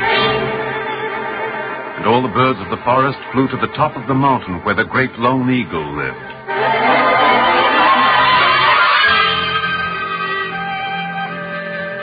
The birds of the forest sat as a court, and the eagle was judge. Let the mother bird speak. When the hay is mown and the tender grass showeth itself, and the herbs of the mountains are gathered in, all creation will sing, but my children will be mute. Let the neighbor bird who witnessed this thing give her testimony. None calleth for justice, nor any pleadeth for truth. They trust in vanity and speak lies. They conceive mischief and bring forth iniquity. What shall be done with the boy Shalom? What is his punishment? Let the raven speak. The hand that did the deed, it shall be cut off. Let the woodlark speak. The feet that led him to the forest, let the feet be seared as with a fire. I wish to hear the judgment of the owl. Brothers and sisters, the injury was done by 1 against 7. Let retribution therefore fall upon 7. The owl is wise. I pronounce the judgment of the bird. He shall grow to manhood. He shall take a wife. He shall procreate 7 sons. Let them be born soundless, mute, to utter no intelligible sound, to speak no single word, to sing never, never to sing a song.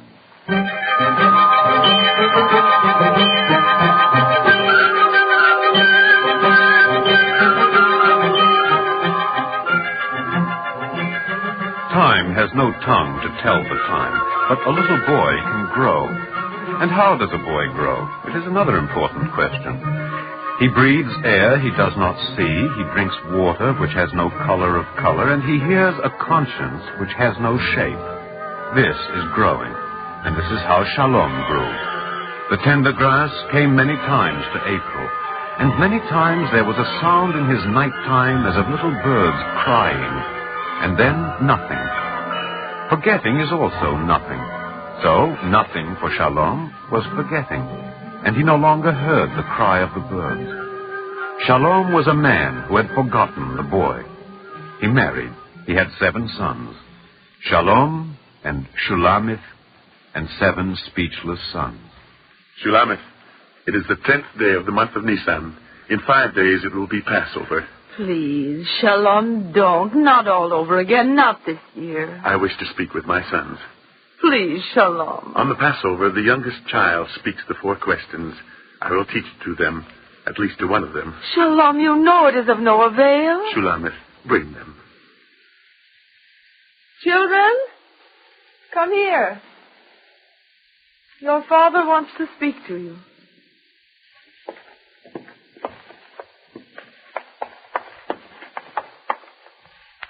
You may sit down.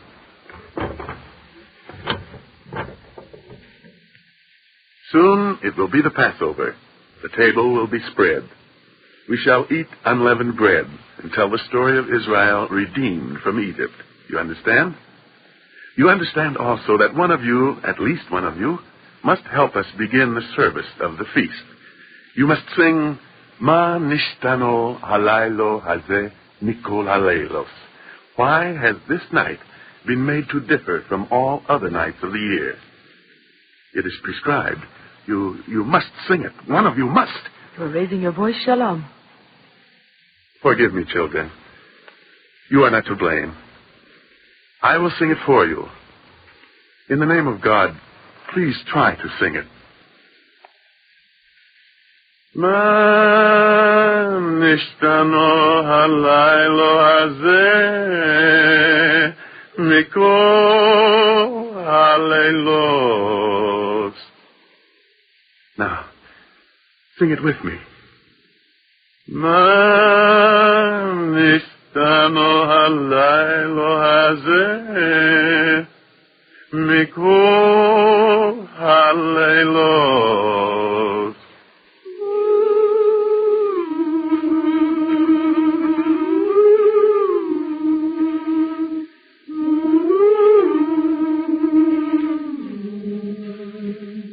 Shalom, they carry the melody splendidly. I don't want the melody.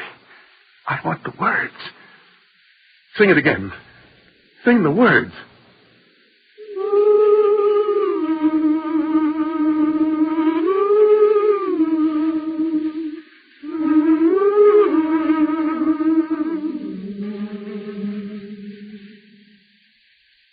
Shalom, why do you torment yourself? It isn't any use. It will never be any use. They have harmed no one.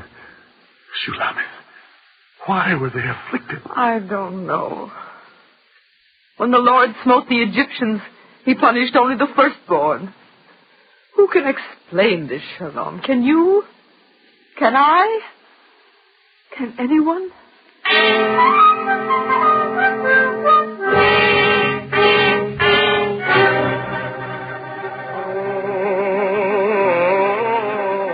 The Passover came, for it always comes, and it may not be held back. And the 7 sons of Shalom sang with the muted singing that has never found words. And hearing them, Shalom thought he heard the crying of birds from a great distance, dimly, sweetly, with the sadness of lost memory. And he was troubled and did not know why he was troubled. Then Shalom broke the middle cake of unleavened bread, and he lifted the matzo for all to see, and spoke the immemorial invitation to the stranger. This is the bread of affliction which our forefathers ate in the land of Egypt. Let those who are hungry enter and eat with us. Let those who are forlorn come and celebrate the Passover with us. Shalom? I thought I heard it too. There was a stranger at the door, a beggar. They made him welcome and gave him a place at the festal table. Won't you continue with the service? I see my presence embarrasses you. Perhaps I should go. Oh, no, stay. Please stay. We have very little, but you are welcome to all we have. Oh, thank you. You have reached the 4 questions. Yes. With 7 fine sons like these, you are blessed 7-fold. My sons do not sing. It is not necessary to sing.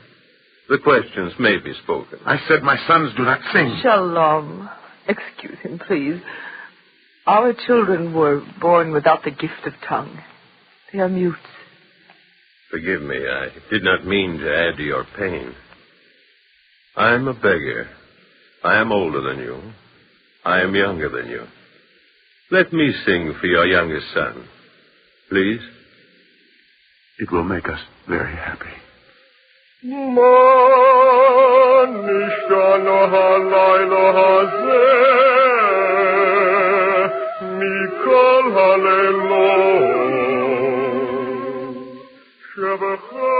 voice of the beggar was the voice of the never old. In the house of Shalom there was such singing that Passover as to make the angels envy. And the voices of the 7 children were like the young birds in the forest, wordless yet filled with a strange joy. Silently Shalom relinquished his place at the head of the table, and the beggar took his place. It was something inevitable, preordained, wonderful. The meal progressed. The questions, the answers, the parables, the digressions, so new and yet so timeless. And always the singing.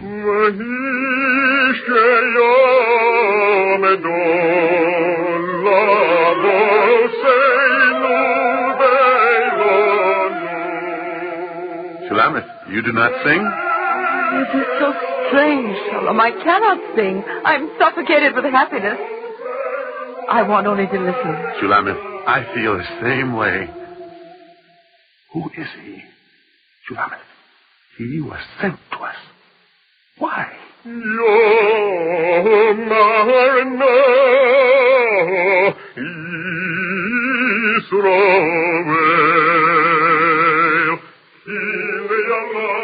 Shulamith, there are birds singing. Well, I cannot hear them. Oh, distinctly. Shulamith, can't you hear them? There are birds singing, all the birds of creation. Why are they singing? What does it mean?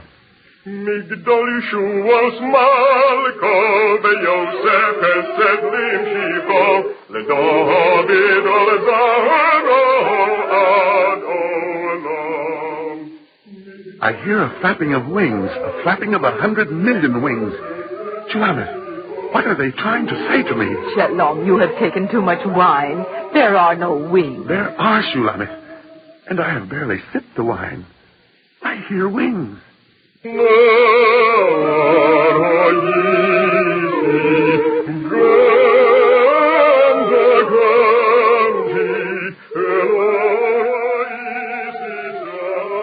And then a curious thing happened.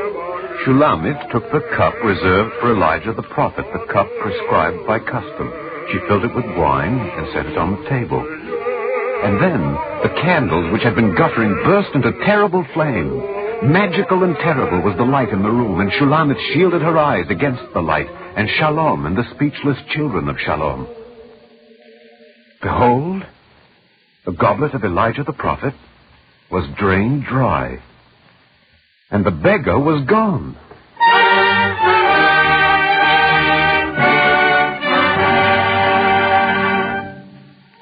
A miracle of the Passover in the house of Shalom. Do the hallelujahs rise from those who have gone down in silence? Only the living praise the Lord. Shalom and his children lifted up their eyes, and they praised the Lord for the presence of Elijah the prophet, Elijah the Tishbite, Elijah of Gilead, Elijah the Enigma, the messenger of God, the bringer of redemption, the beloved of man.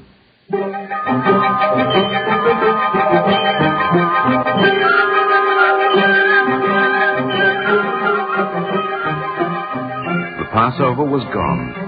The moons waxed, the moons waned. The sun climbed his ladder by day and came down the steps by night. An owl hooted in the forest, a locust shrilled in the field, and the year turned again to the day when the hay is mown and the tender grass showeth itself, and the herbs of the mountains are gathered in. And the man Shalom, who had lost remembrance of the boy Shalom, came into the field with his 7 sons who were without speech. Children, do you hear them? There must be a nest. Careful, do not tread on it. Gently. Gently. 7 little fledglings. And their wings have been broken. Who could have done such a thing? Children, carry them home. We must help the birds. We must make them strong. We must heal them. We must help them to fly. They are God's creatures. They must fly above the earth into the open firmament of heaven. Carry them gently, children.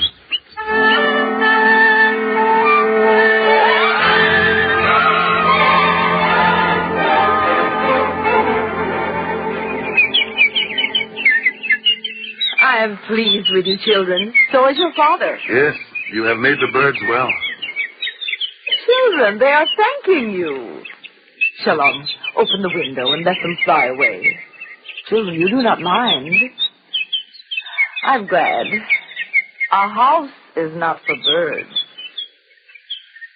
God created man on the 6th day, but on the 5th day he created these. Children, I open this window for them. It is no longer a window. It is the door to the 5th day.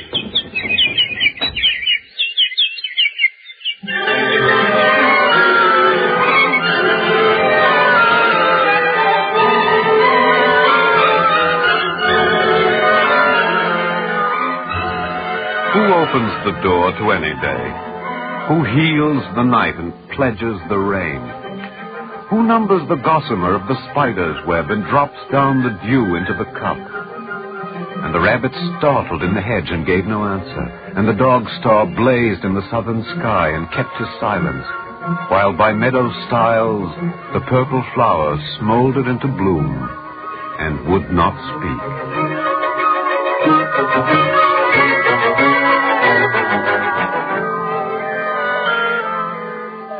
Shalom. The word means peace, and peace was the name of Shalom, and Shulamith was his wife. They came again to the Passover, but the new had become old, and the old was as new.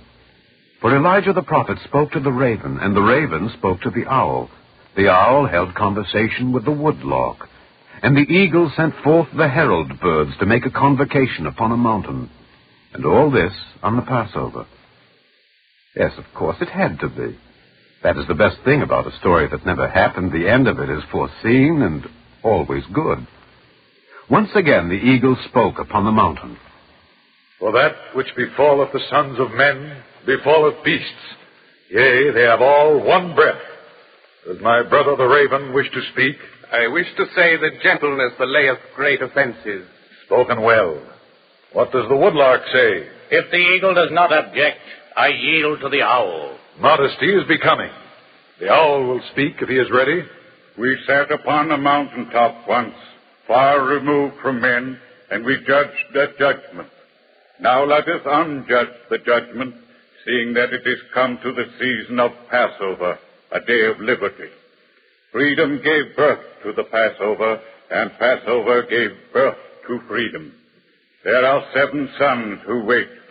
Let them be told. The owl, as usual, is wise. A bird of the air shall carry the voice, and that which hath wings shall tell the matter. I instruct the raven to carry the news to his old friend Elijah the prophet.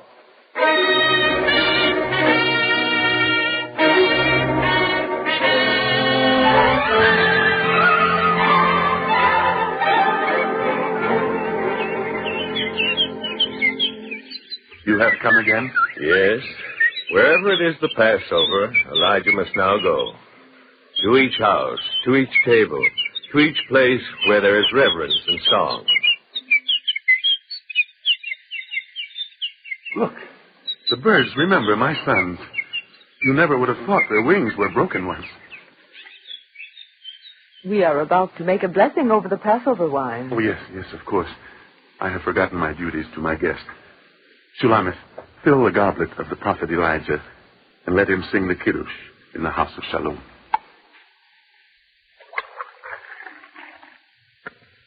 Children, stand around. Your tongues may never be able to speak it, but let your eyes see and your ears hear how Elijah the Tishbite sings the Kiddush on the Passover. Averi moranan v'rabonan v'rabosai Baruch atov ad Hashem Elokeinu melech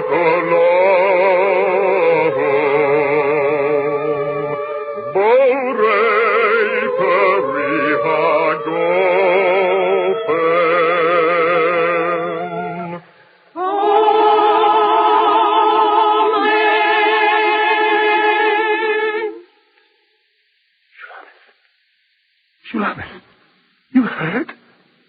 They spoke. Please say that you heard it also.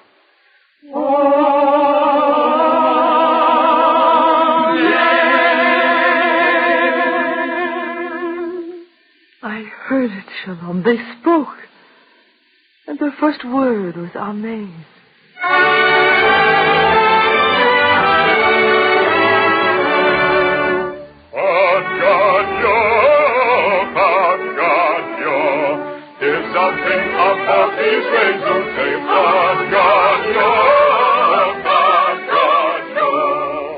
I shall tell you a secret. I said to you that this was a story that never happened. But that wasn't true, was it? Of course it happened. It happened long, long ago in a place called Anywhere. You do not remember it, of course, because it happened before your day, when time was a zero and the first bird fledged. So, tomorrow evening, when the Passover table is spread with fine matzo and the wine is in the cup, and the Father sits at the head of the table, you and I, we shall sing.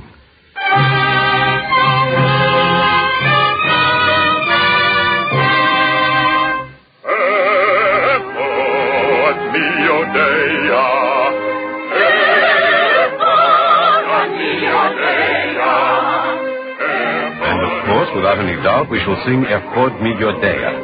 It's a fine song. Listen to the words. Who knows the answer to one? I know the answer to one. One is the Lord our God, on earth and in heaven above.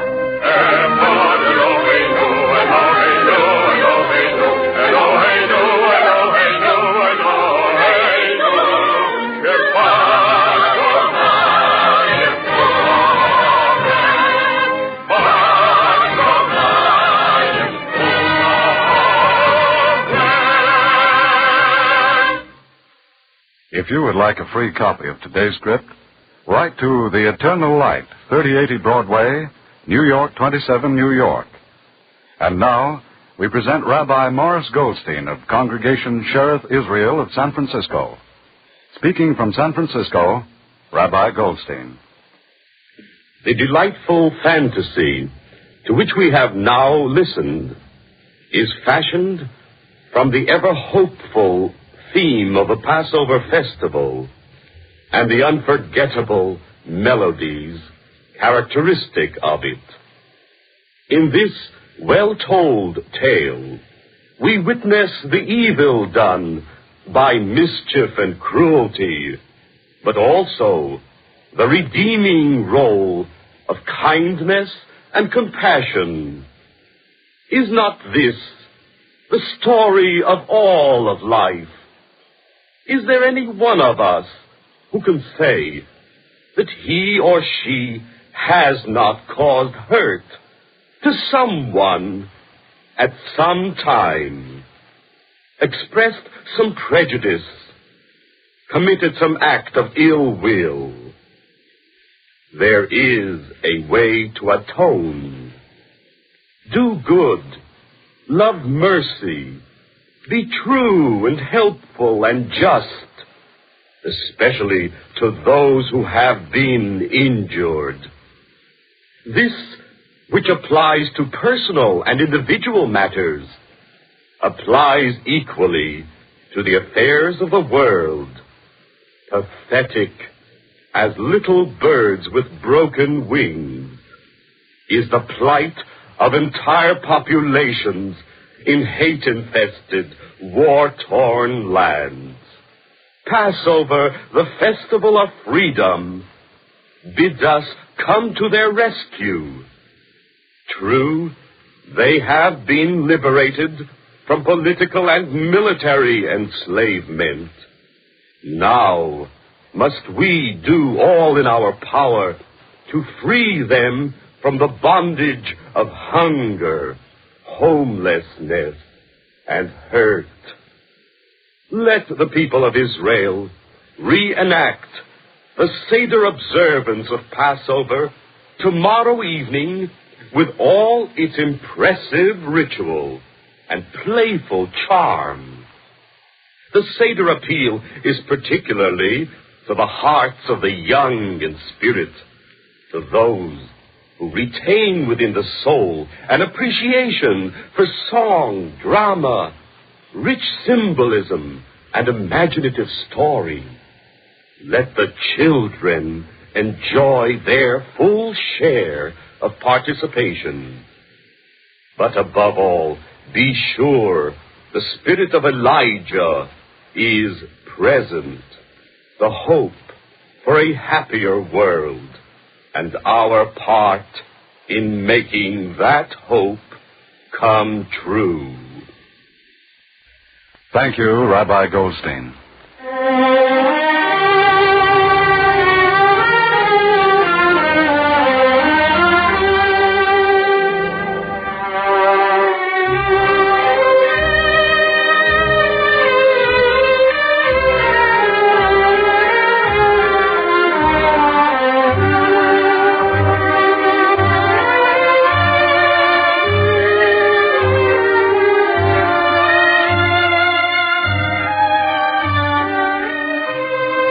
Eternal Light is written by Morton Wishengrad. The music was composed by Morris Momorsky and conducted by Milton Cadens. Cantor Robert H. Siegel was the soloist. The narrator of today's story was Alexander Scurby, and Juano Hernandez was featured as Shalom. The entire production was under the direction of Frank Patt.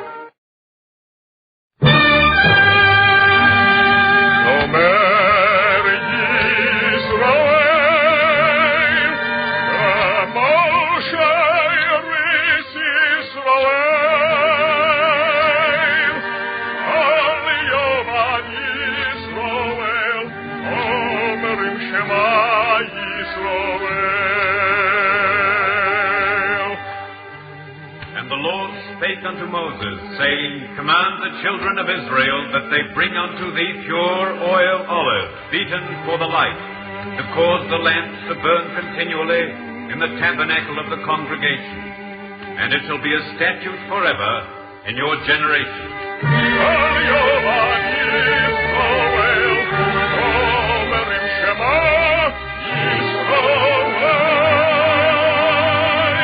The Eternal Light.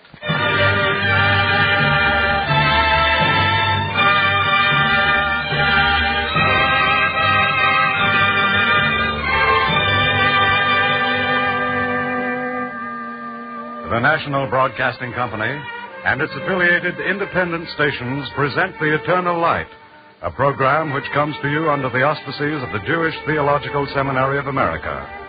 Today's script is entitled When I Think of Seraya, and in its original form was an address delivered by Rabbi Milton Steinberg before a rally of the United Jewish Appeal. Now, we present Morton Wishengrad's radio adaptation of When I Think of Seraya, and featuring Alexander Scurby as the narrator.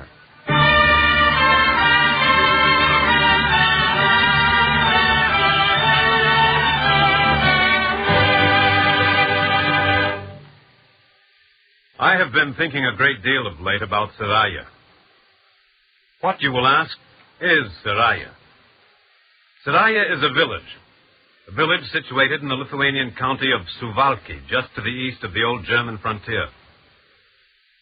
And, to paraphrase Hamlet, and what is Seraya to me or I to Seraya? Seraya, as it happens, is where my father was born. It's where my family comes from.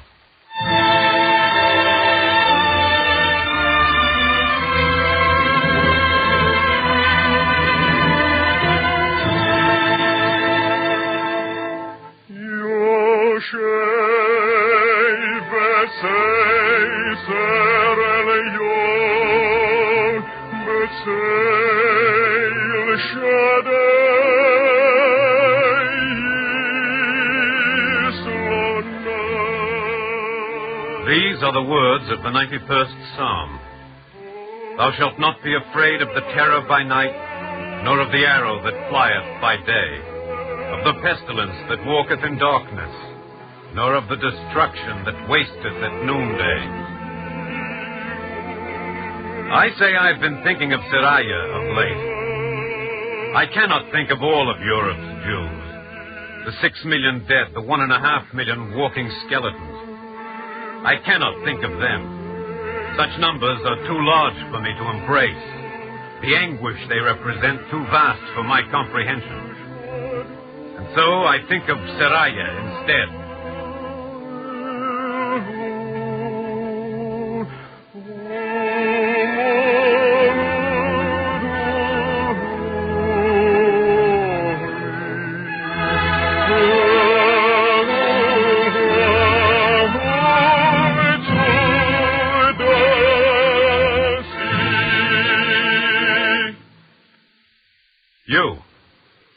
You also. You have a Seraya. Was your Seraya in England? Was it in Hungary or France or the Netherlands? Was it Poland or Italy?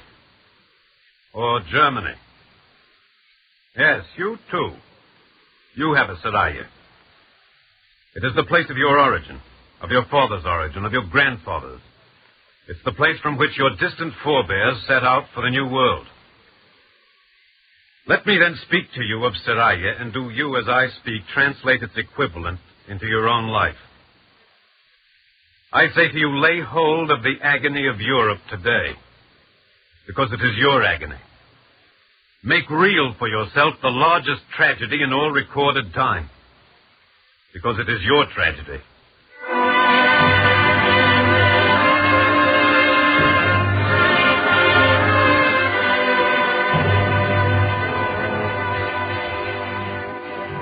I never saw Seraya. I was born in America. And yet, never having seen it, I know Seraya. I know it from the stories of my father. I know it from the kind of people it produced. I know that it was poor and that it was small, and that what it lacked in size, it made up for in poverty. What is for supper today? Black bread and herring brine. What is for supper tomorrow? Black bread and herring brine. And what is for the day after? Black bread and herring brine. Oh, yes, Seraya was poor. Its houses were ramshackle, its streets unpaved. It had its limitations, Seraya did. But it had its virtues also. Little boy, sing this way. Learn the alphabet, little boy. Here are the letters. Sing this way. Comets Aleph O, comets baseball, comets Dalet Do. There were schools in Seraya, and there was learning, and reverence for learning. Bread might be scarce there, but not books. That village of near beggars supported a system of universal schooling. When I think of Seraya, I think of that.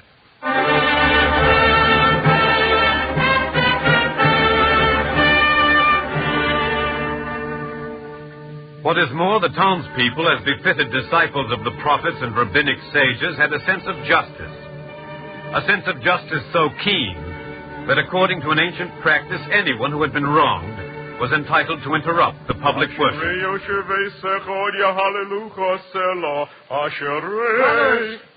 Brothers, I ask for a suspension of the service.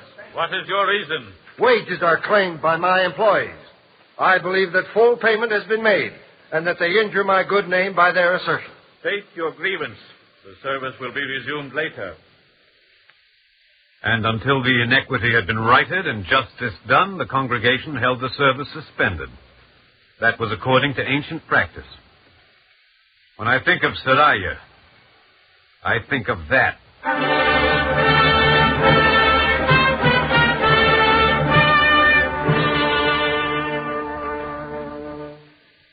And it was a merciful place.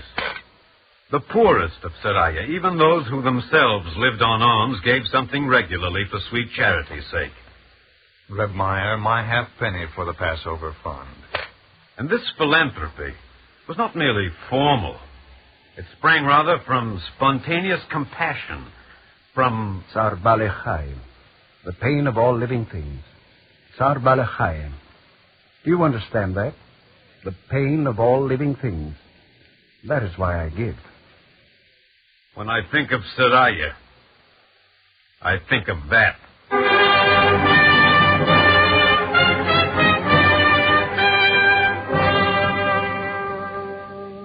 And all of that now, all of that is gone. For now the Jewish part of Seraya is wiped out, expunged. Seraya is no more. The old synagogue where my ancestors for uncounted generations worshipped God, it is gone. The academy where my father studied is gone.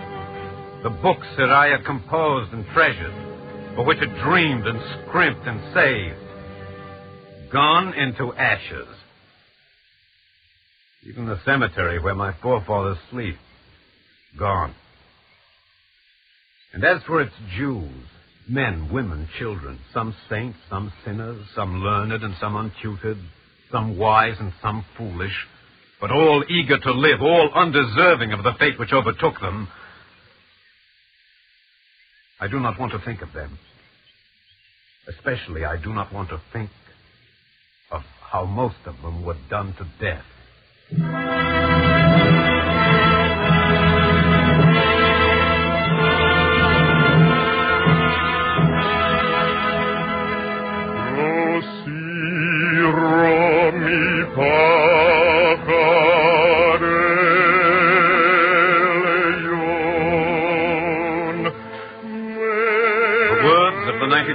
Song.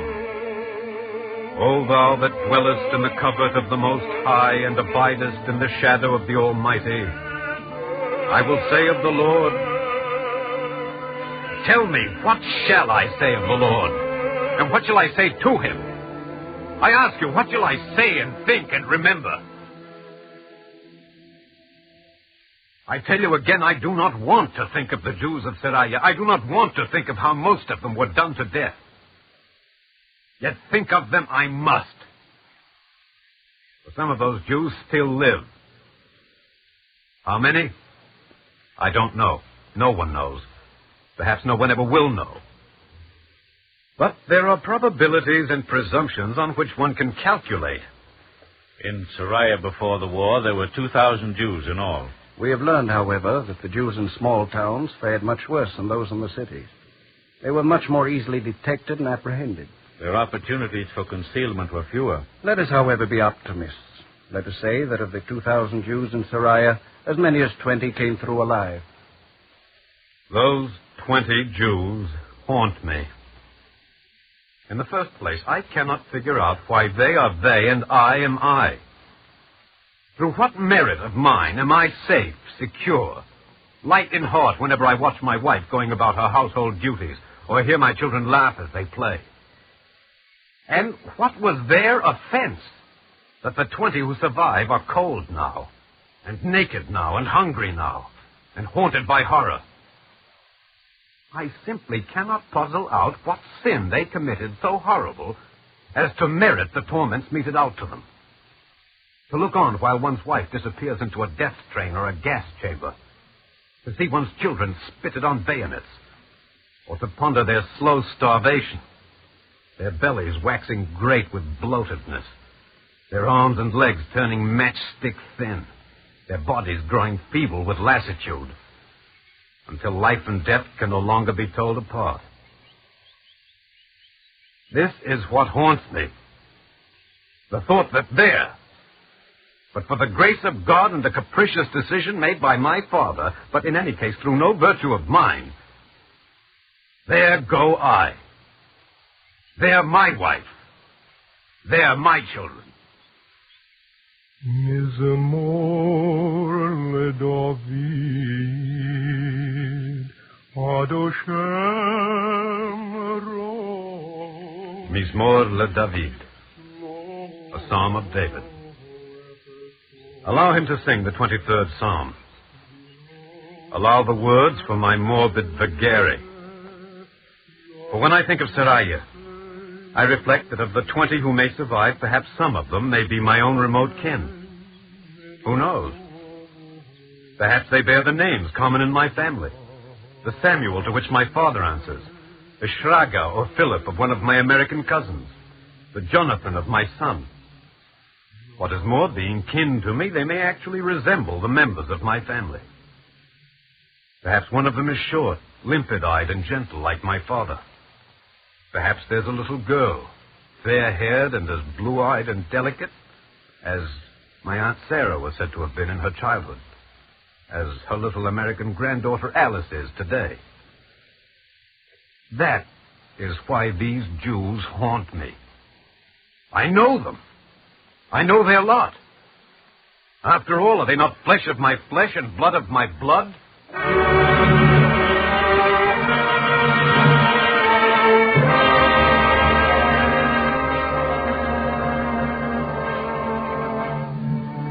"20 out of 2,000 are still alive." If a word so suggestive of joy, vigor, and hope can be applied to human wreckage.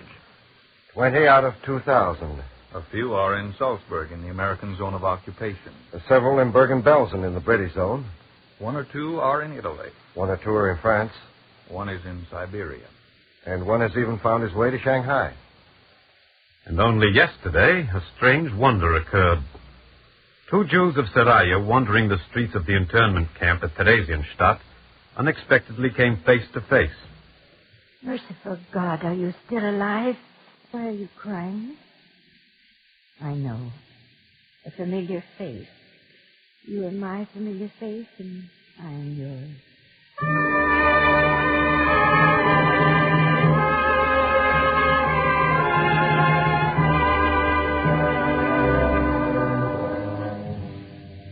But the dispersion of the townspeople of Seraya is the least of their ruin.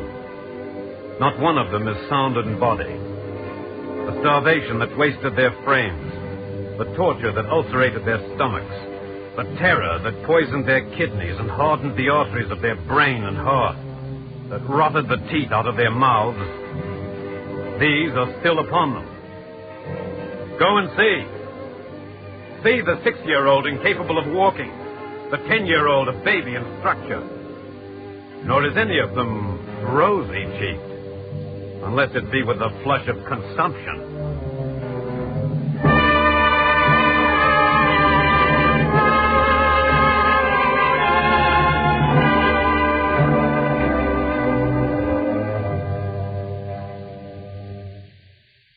Only 1 or 2 of them are actually insane.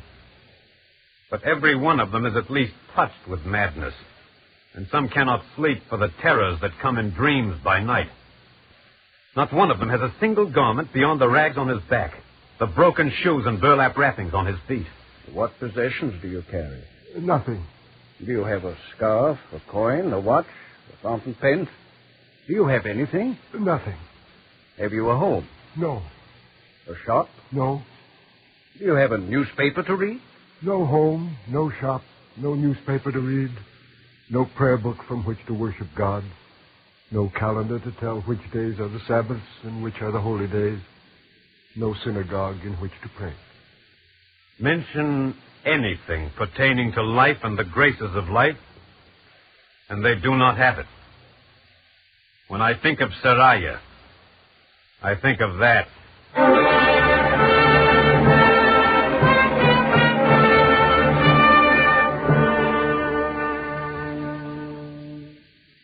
Of the 20 survivors of Seraya, 3 want to go back. You can't stay in an internment camp forever. I don't know. Perhaps in Seraya. Perhaps I'll find my mother or my uncle or one of my cousins. I had a little shop. Maybe it still stands. I don't want charity. Maybe my shop still stands. In Seraya, there are still things to do, aren't there? Maybe I have to go back in order to be a reminder of something. Maybe it'll make them ashamed. Maybe they will remember never help to do it again. Because, you know, they did help. Besides, Seraya is home.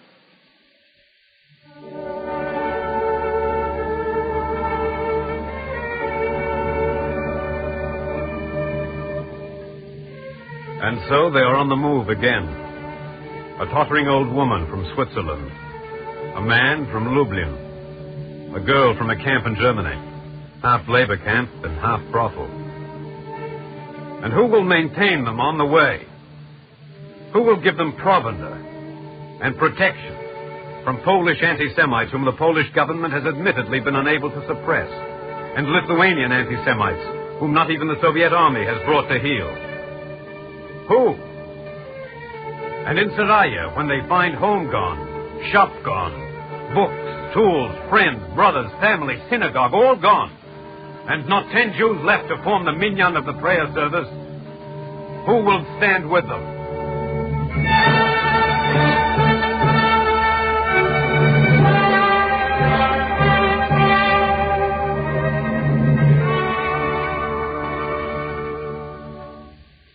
Of Seraya's Jews, 17 will not go back to Seraya.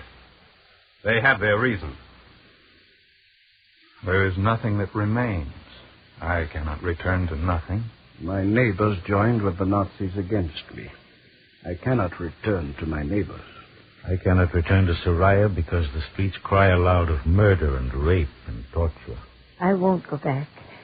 I'm tired of defending myself. Tired of apologizing for myself.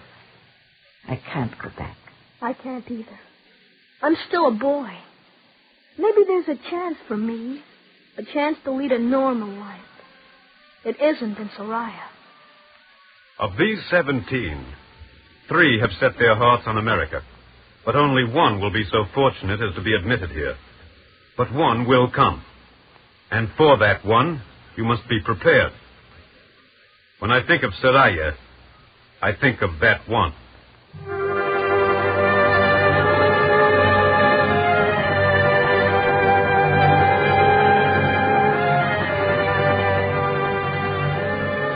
There is a humor even on the gallows. So let us have our joke. Perhaps one of the 17 entered the office of a travel bureau and asked for a steamship ticket. It's a normal thing to enter a travel bureau and ask for a ticket. A ticket for where? I wish I could answer. What's that? That's a globe of the whole world. Take a look at it. Spin it around. Make your choice.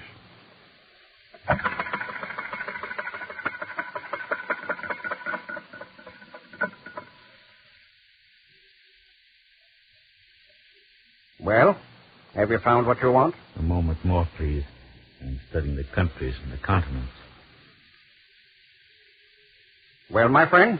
I hope you'll excuse me, sir, but have you anything else to offer?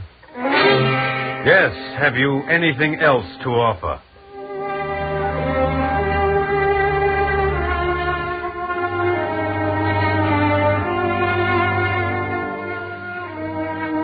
But 14 out of the 20 do not ask the question. They will go to one place only, to the land of their fathers, the place where refuge was promised to them by the nations of the world, to the land of Israel, the Jewish homeland, Eretz Yisrael.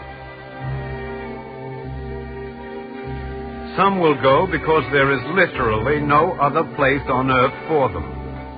Others will go because Palestine is the only place where they are really wanted. Others will go because of the dream. Zion reborn in the land where Judaism is incarnated. Observe, I do not say that they want to go to Palestine. I say they are going to Palestine. They will go because they must go.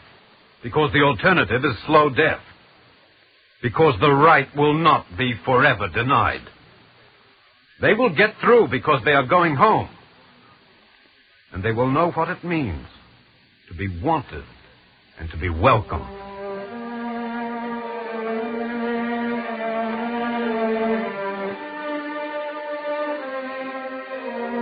Thank you very much.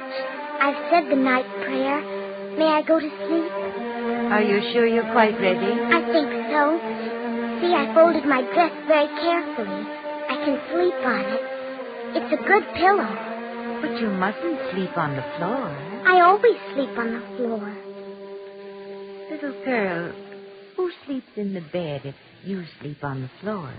I don't think anyone told you. The bed? Why, the bed is for God.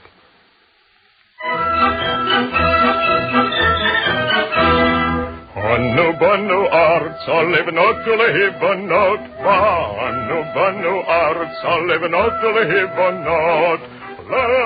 When they arrive in Palestine, you and I, we shall be able to rest more easily. For they will be welcome and wanted and greeted with the song Annu Banu Arza. We have come to our land to build and to be rebuilt, to redeem and to be redeemed through her.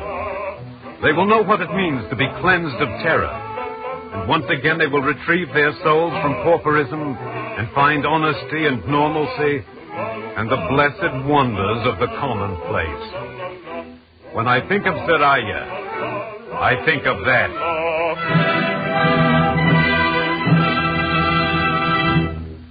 Such are my thoughts of Seraya. Sometimes when I think of Seraya, I am ashamed to be a human being. Ashamed to be a member of the species which could perpetrate the evil done. And almost as much ashamed of the good people of the world who stood by for so long and who stand idle now looking into facts that are matters of common knowledge, while lives 9/10 destroyed are altogether destroyed. Sometimes when I think of Seraya, I want to hurl hard words at God. That terrible saying of Abraham, "Shall the judge of the whole earth not do justice?" Sometimes when I think of Seraya, I think of the soul-searing of the prophet.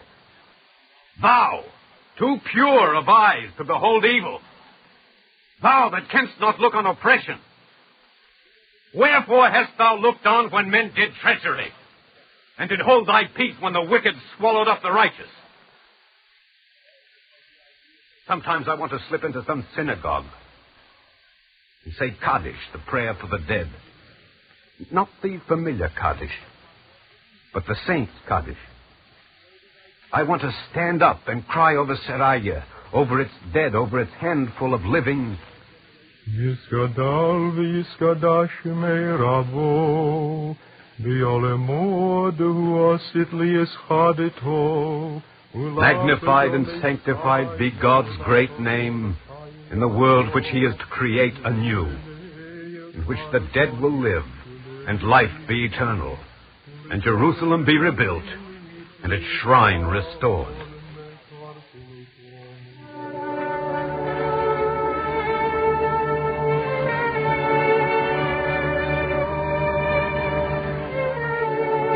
Such are my thoughts of Seraya.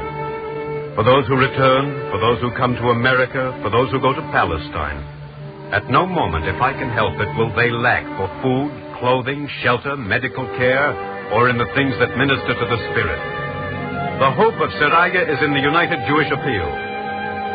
Yes, it is physically possible for you and for me to behave like the beasts, but we will not look comfortably into our mirrors or ever think happily of the God who made us, who singled us out for good fortune and bestowed on us so many merits which we deserved so little.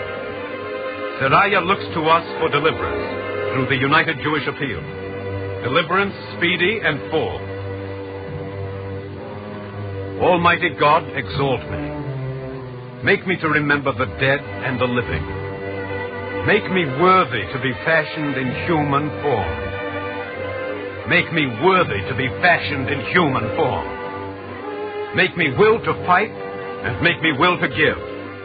To fight until justice is accomplished, to give until mercy is done. These are my thoughts of Seraya. Let them also be yours. For your Seraya and for mine.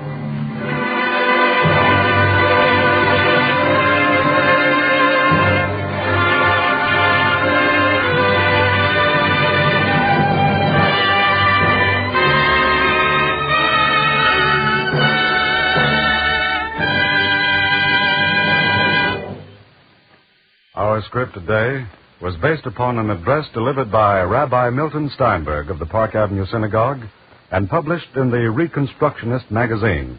It was adapted for radio by Morton Wishengrad.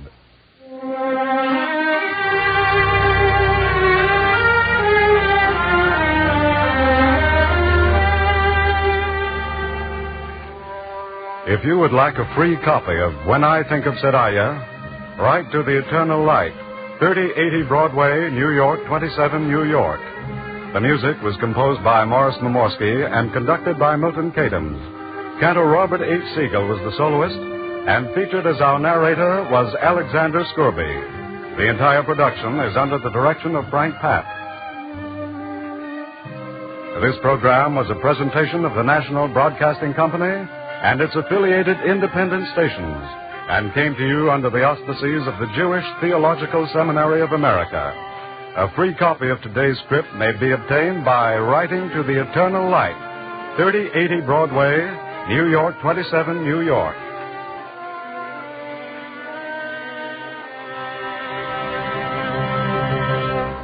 This is NBC, the National Broadcasting Company.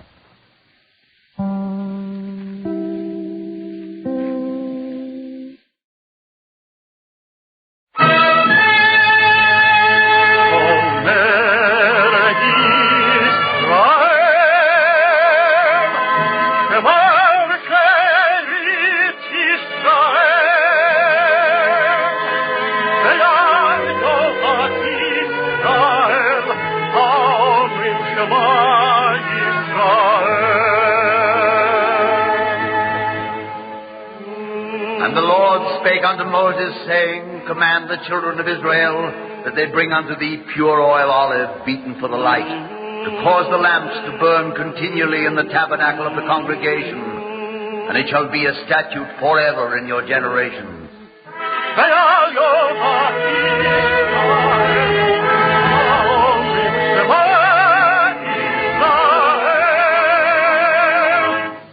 The Eternal Light.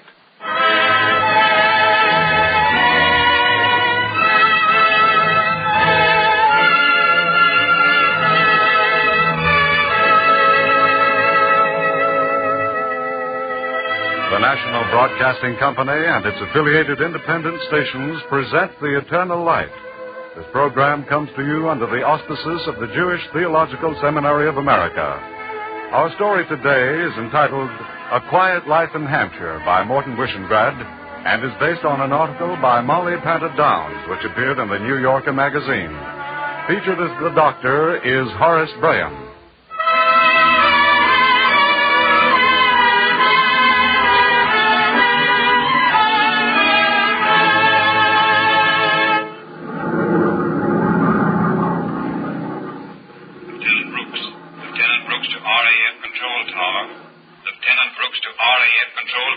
We hear you, Lieutenant. I've got another lot that want to land, sir. How many of this trip, Lieutenant? 39. They're a queer lot. Queerer than the others. Circle the field once, Lieutenant, and come in on strip 4. 1, 2, 3, 4. Landing strip 4. You might have some lorries waiting to take them off. They're waiting, Lieutenant. Come in. Righto. Here I come.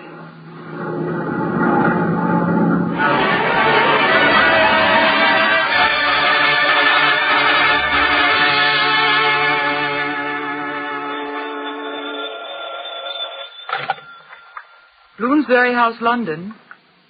Yes, Captain. For you, Mr. Menzies. RAF calling. Oh, thanks. Menzies speaking.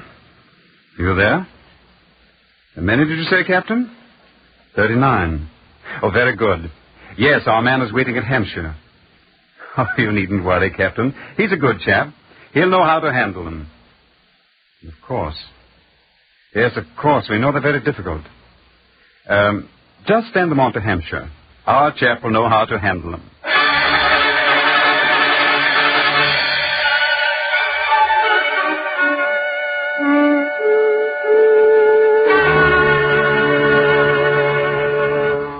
$34, $35, $36, $37, $38, $39. All counted for, Doctor. Thank you, Mrs. Paul. There might be a bit of trouble, Doctor. I dare say. Have they been searched? They have. 2 American pocket knives and some contraband cigarettes. That appears to be all, Doctor. Good enough. I shall speak to you in English. Ihr seid in England. Wie weit möglich werde ich Englisch sprechen. Versteht er? Doctor. Yes? That one, Doctor. The one at the extreme right. You over there. Yes, you. Will you come here? Come here. What is your name? I'm asking you what your name is. Wie heißt du?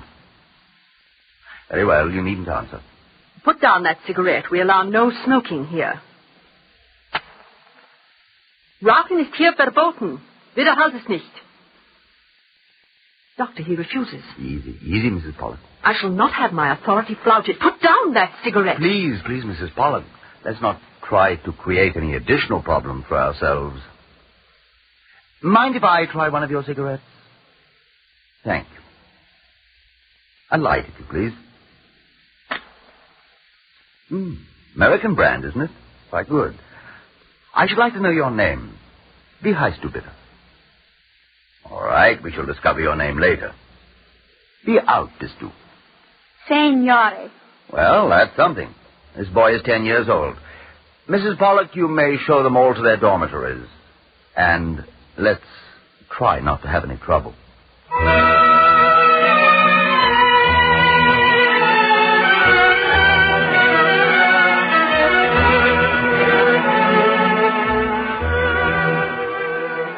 They were flown to England by the RAF, between 400 and 500 children from Bergen-Belsen, from Buchenwald, from Treblinka. They are not like any children that you've ever seen.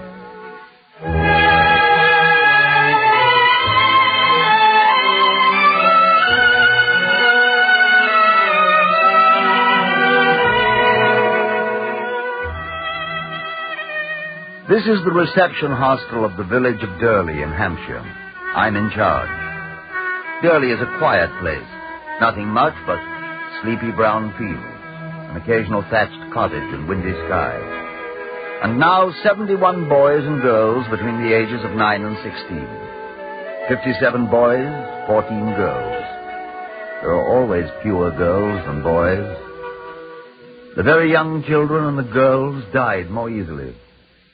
Those that are here are not like other children. In 1 moment, the dinner bell will sound. 3 times each day it will call you to your meals. Now, food is not abundant in England, but what there is you will find wholesome and nourishing. Your food is ready?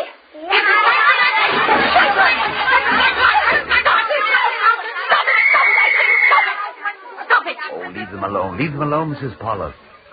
The mistake is ours, not theirs.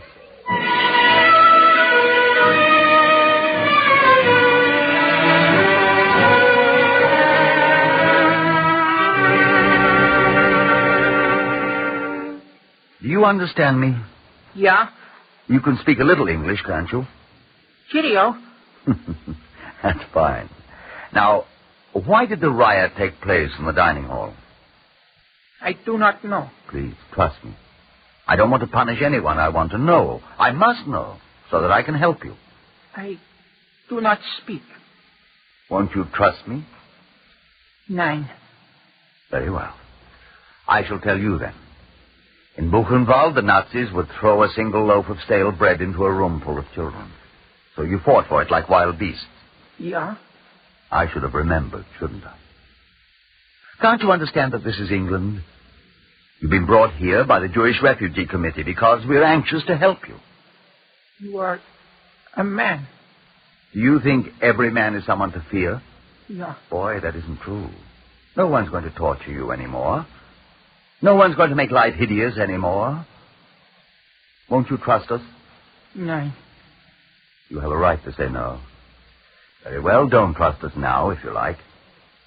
Look, have you ever seen one of these? 9. It's a fork. You hold it in your left hand. You eat with it.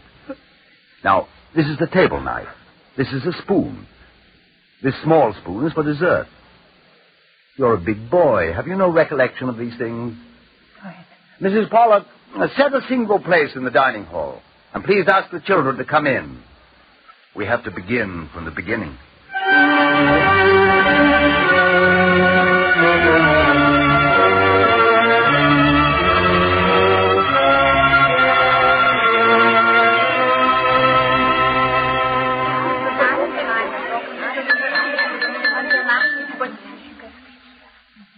I want you to watch. Now, this is the chair. When we eat, we don't sit on the floor. We sit in a chair. This is my place at the table. Everyone has a place, and no one will take that away from you. No one, believe me. Put down that cigarette. Oh, no, Mrs. Pollock, let him smoke. Let's not pretend, not with them. Boy, why do you smoke? I smoke. He's only 10 years old. I smoke. When Americans come, I run errand. Pay me in cigarette. I smoke. Old children smoke. Little girl, you smoke? Yeah, I smoke. Bad for little girls. Yeah. Then why do you do it? Shall I tell you what happened to my mother? No.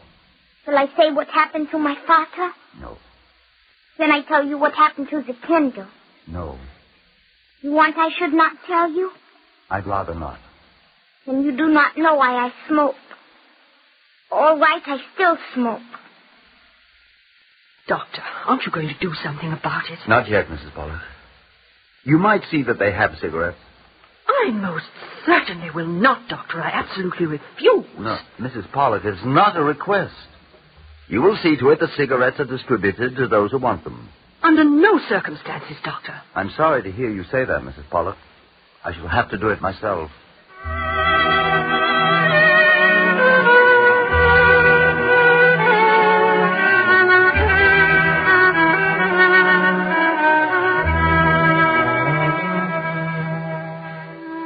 They are not like other children.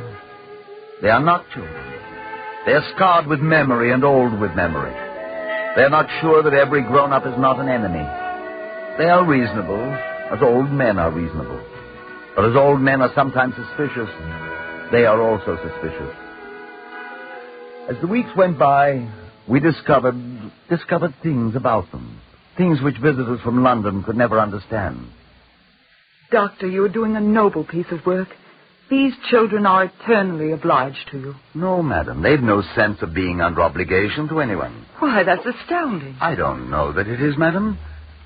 They don't express the thought, but they feel that society has an obligation to them. Extraordinary. I should think that after coming from Belsen, they would find it heaven here. They're very critical, madam. When we give them a coat, they'll touch the cloth and comment on the terribly poor quality. Oh, I'm disappointed, Doctor, very disappointed. Are you, madam? All their lives they've worn cast-off rags. It would have been wonderful psychologically if we could have given them new clothes instead of second-hand shoes and second-hand trousers and second-hand dresses. Oh, naturally, Doctor. But now they must wait. They must wait and hope. Children always know how to hope. English children, madam. Hope is a habit. It has to be learned. And these children have too much memory for hope. At night, shall I tell you what they sing at night? The lights are put out in the dormitory. There is silence for a moment, and then a child begins to sing. The others join. They sing a song of Treblinka. Not far from here, at the shunting yard, the people are crowding around the cattle trucks. Do not leave me here alone, Mother. You will never come back. They sing that, Doctor. Every night, madam. Oh, Doctor, you must make them stop singing. Not at all, madam. I want them to sing it out. All of it. I want them to get rid of it. I want them to cleanse themselves. I'm learning the song, madam. I shall sing it with them.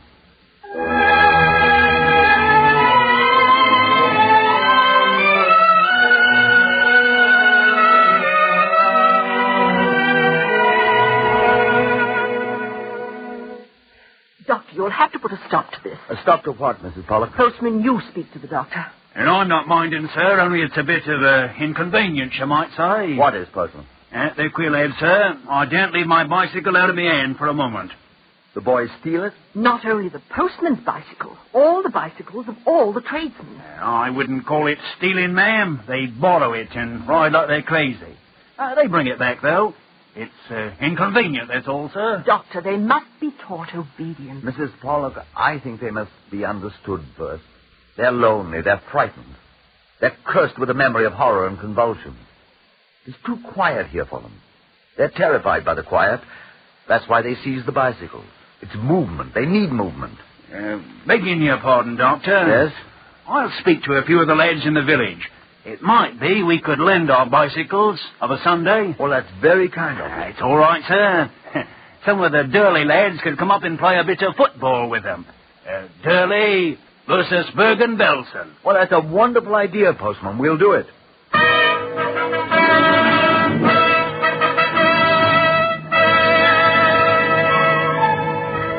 Scrimmage it clean, lads. No more of this here biting and gouging. It's high English. Scrimmage it clean. Now we go. Quiet does it. You do it, Bergen-Belsen. Lovely kick. Quite handsome.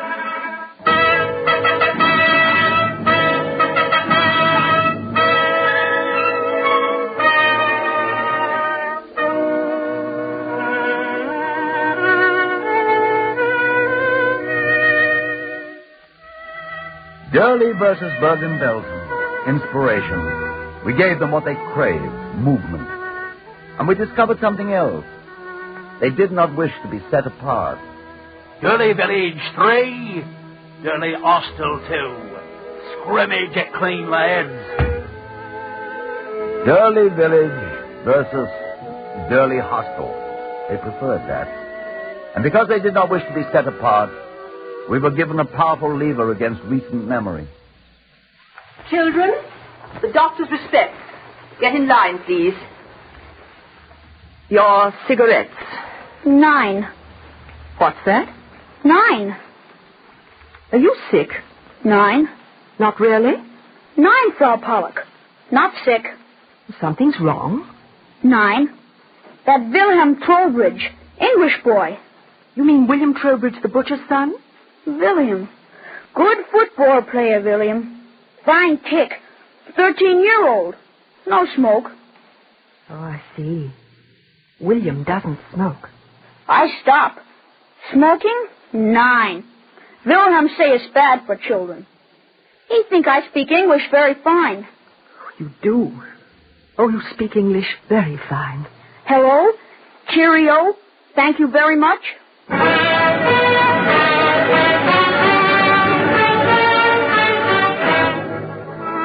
I shall, you will, he will.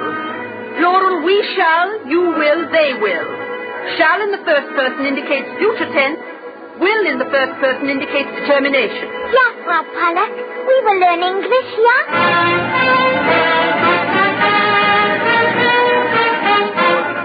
Watchmaking is not at all difficult. This is called the bezel. This is the crystal. This is the back. Cheerio. I will learn.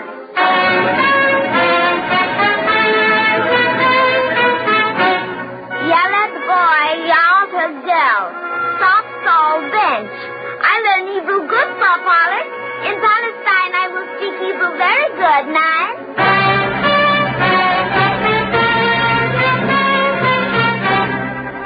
Doctor, every time I think we're making progress, something happens. You better go to your office. Kurt is waiting for you.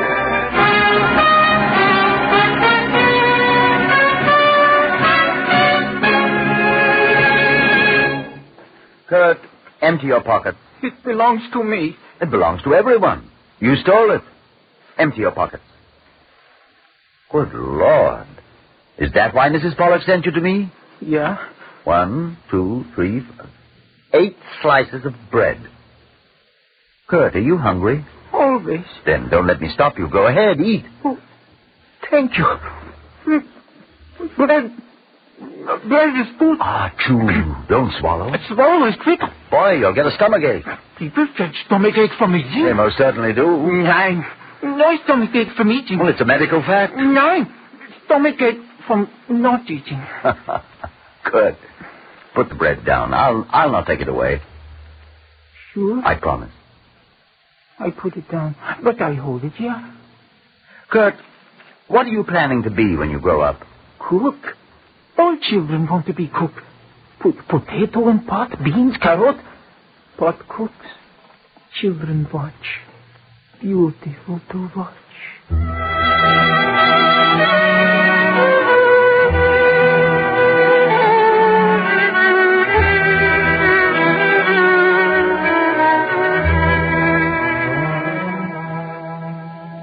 In the weeks that have passed, it seems as though the hostel of Burley was divided evenly between belly hunger and mind hunger.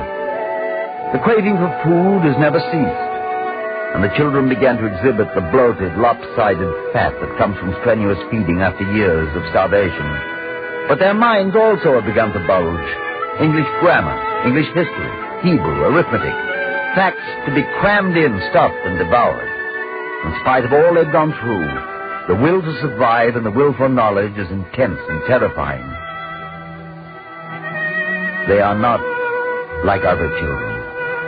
There is also an intensity of prayer which makes the common, ordinary, daily blessing for bread a moment of fervence and divine homage.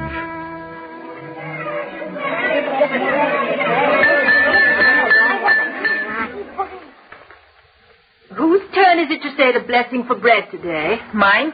All right, Kurt, you may say it. Baruch atoi Adonai Eloheinu melech ha'olam hamotzi lechem min ha'oretz. Amen. Now, chew your food, don't gulp it. Don't bolt it. Chew it slowly. Children, is there something wrong with the food? Doctor, they aren't eating. Kurt? There is a problem. Is there?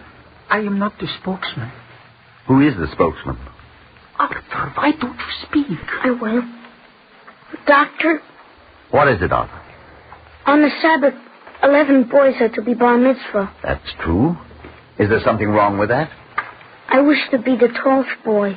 Well, that's a bit premature, Arthur, isn't it? Excuse me, I mean, you're too young. You have to be 13 for the ceremony of confirmation. Kurt is past 13, yeah? Yes, but you can understand that many of the boys are past 13, yet they will be bar mitzvah this Saturday. In the places where you were, the ceremony of confirmation was impossible to perform. That is why we are doing it this Sabbath. 11 boys. I shall be the 12th. Excuse, please. I will be the 12th. Well, you've learned your grammar. But you're too young, Arthur. You're not more than 11. 13. Children, eat your food. This is nonsense. I have 13 years. Arthur, it is very wrong to tell a lie. I have 13 years. You see, it is a problem. I have 13 years. I wish to be bar mitzvah. Arthur, come here. I have 13 years. Insisting that you are doesn't make it so. I have 13 years. Now, look, I won't contradict you. Have you some evidence, some proof of your age? Here, my diary. Your what? Diary. I keep good diary in Belsen. Look here. April 15, 3 p.m. British come. We are saved. It's in the diary. But how does that prove that you're 13? I convince, yes? You'll have to. I do. Here, look. April 22, 1,000 bodies buried. April 23, 5,000. April 24, 5,000. April 25, 4,000. April 26, look what it says. My birthday. My birthday, April 26 last year. I have 12 years. Now is another year. I have 13 years. I wish to be bar mitzvah.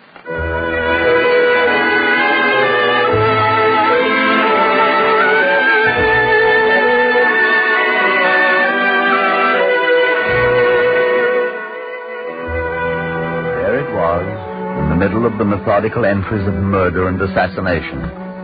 There it was, written in a childish hand, in large, straggling capital letters, my birthday. And so on a Sabbath not long ago, 12 boys were confirmed as they stood together before the ark containing the Holy Scroll.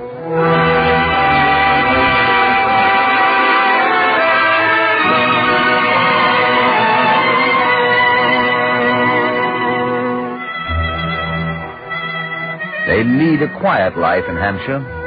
57 boys, 14 girls. There are others like them in Manchester and Oxford, in the Lake District. They are not like any children you've ever known. They are homeless, they are orphans. They may stay in England on their permit visas only for 2 years. They hope eventually to be allowed to go in a group to Palestine. But they're not like other children. They still have no belief at all in a next time. That is perhaps the worst thing that Belsen and Treblinka have done to these children. But they're learning. I don't believe that the horror of the past will ever leave their minds completely. But they will learn to be men and women who take pride in themselves, who can hope, who can look forward to tomorrow, and believe that it will come.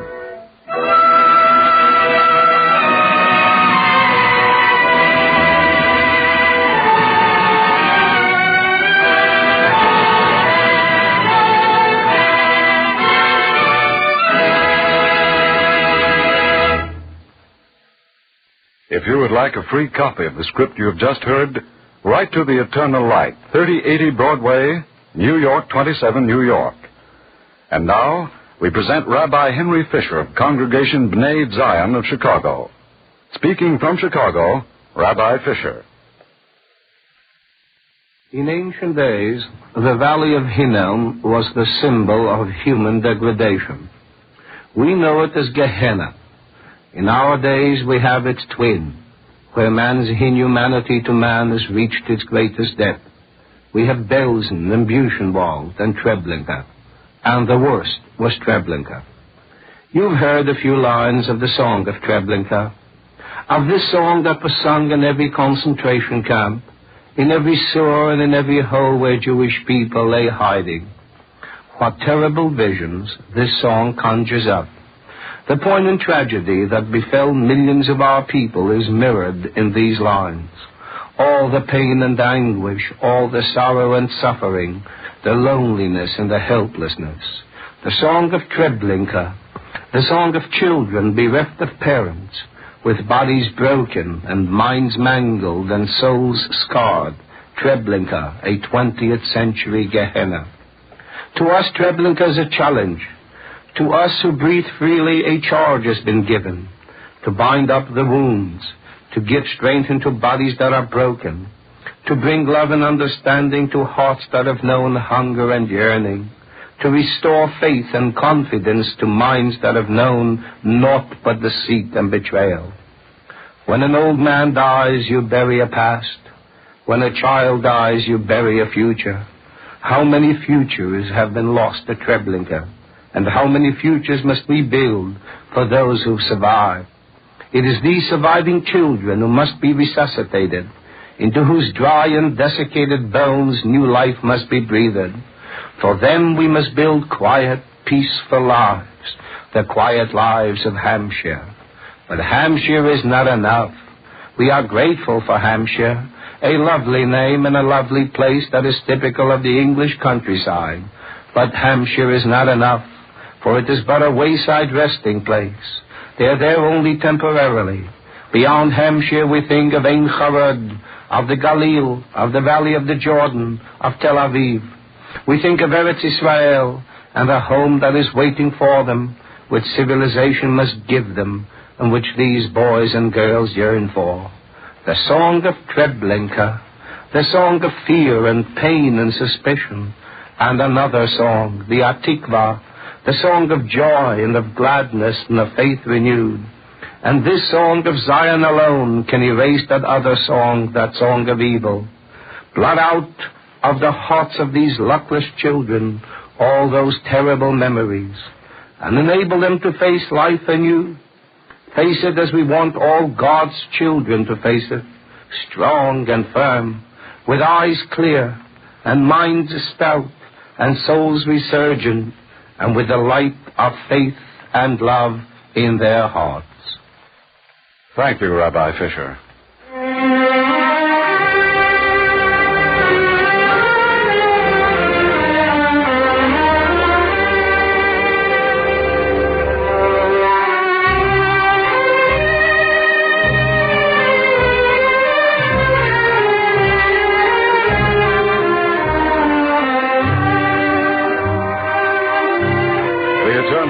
is written by Morton Wishengrad. The music is composed by Morris Mimorsky and conducted by Milton Catons. Featured as the doctor was Horace Braham. The liturgical introduction was sung by cantor David Putterman. The entire production was under the direction of Frank Tapp. Today's script was prepared with the permission of the New Yorker magazine and the copyright owner of the article on which it was based. For a free copy, write to The Eternal Light, 3080 Broadway, New York 27, New York.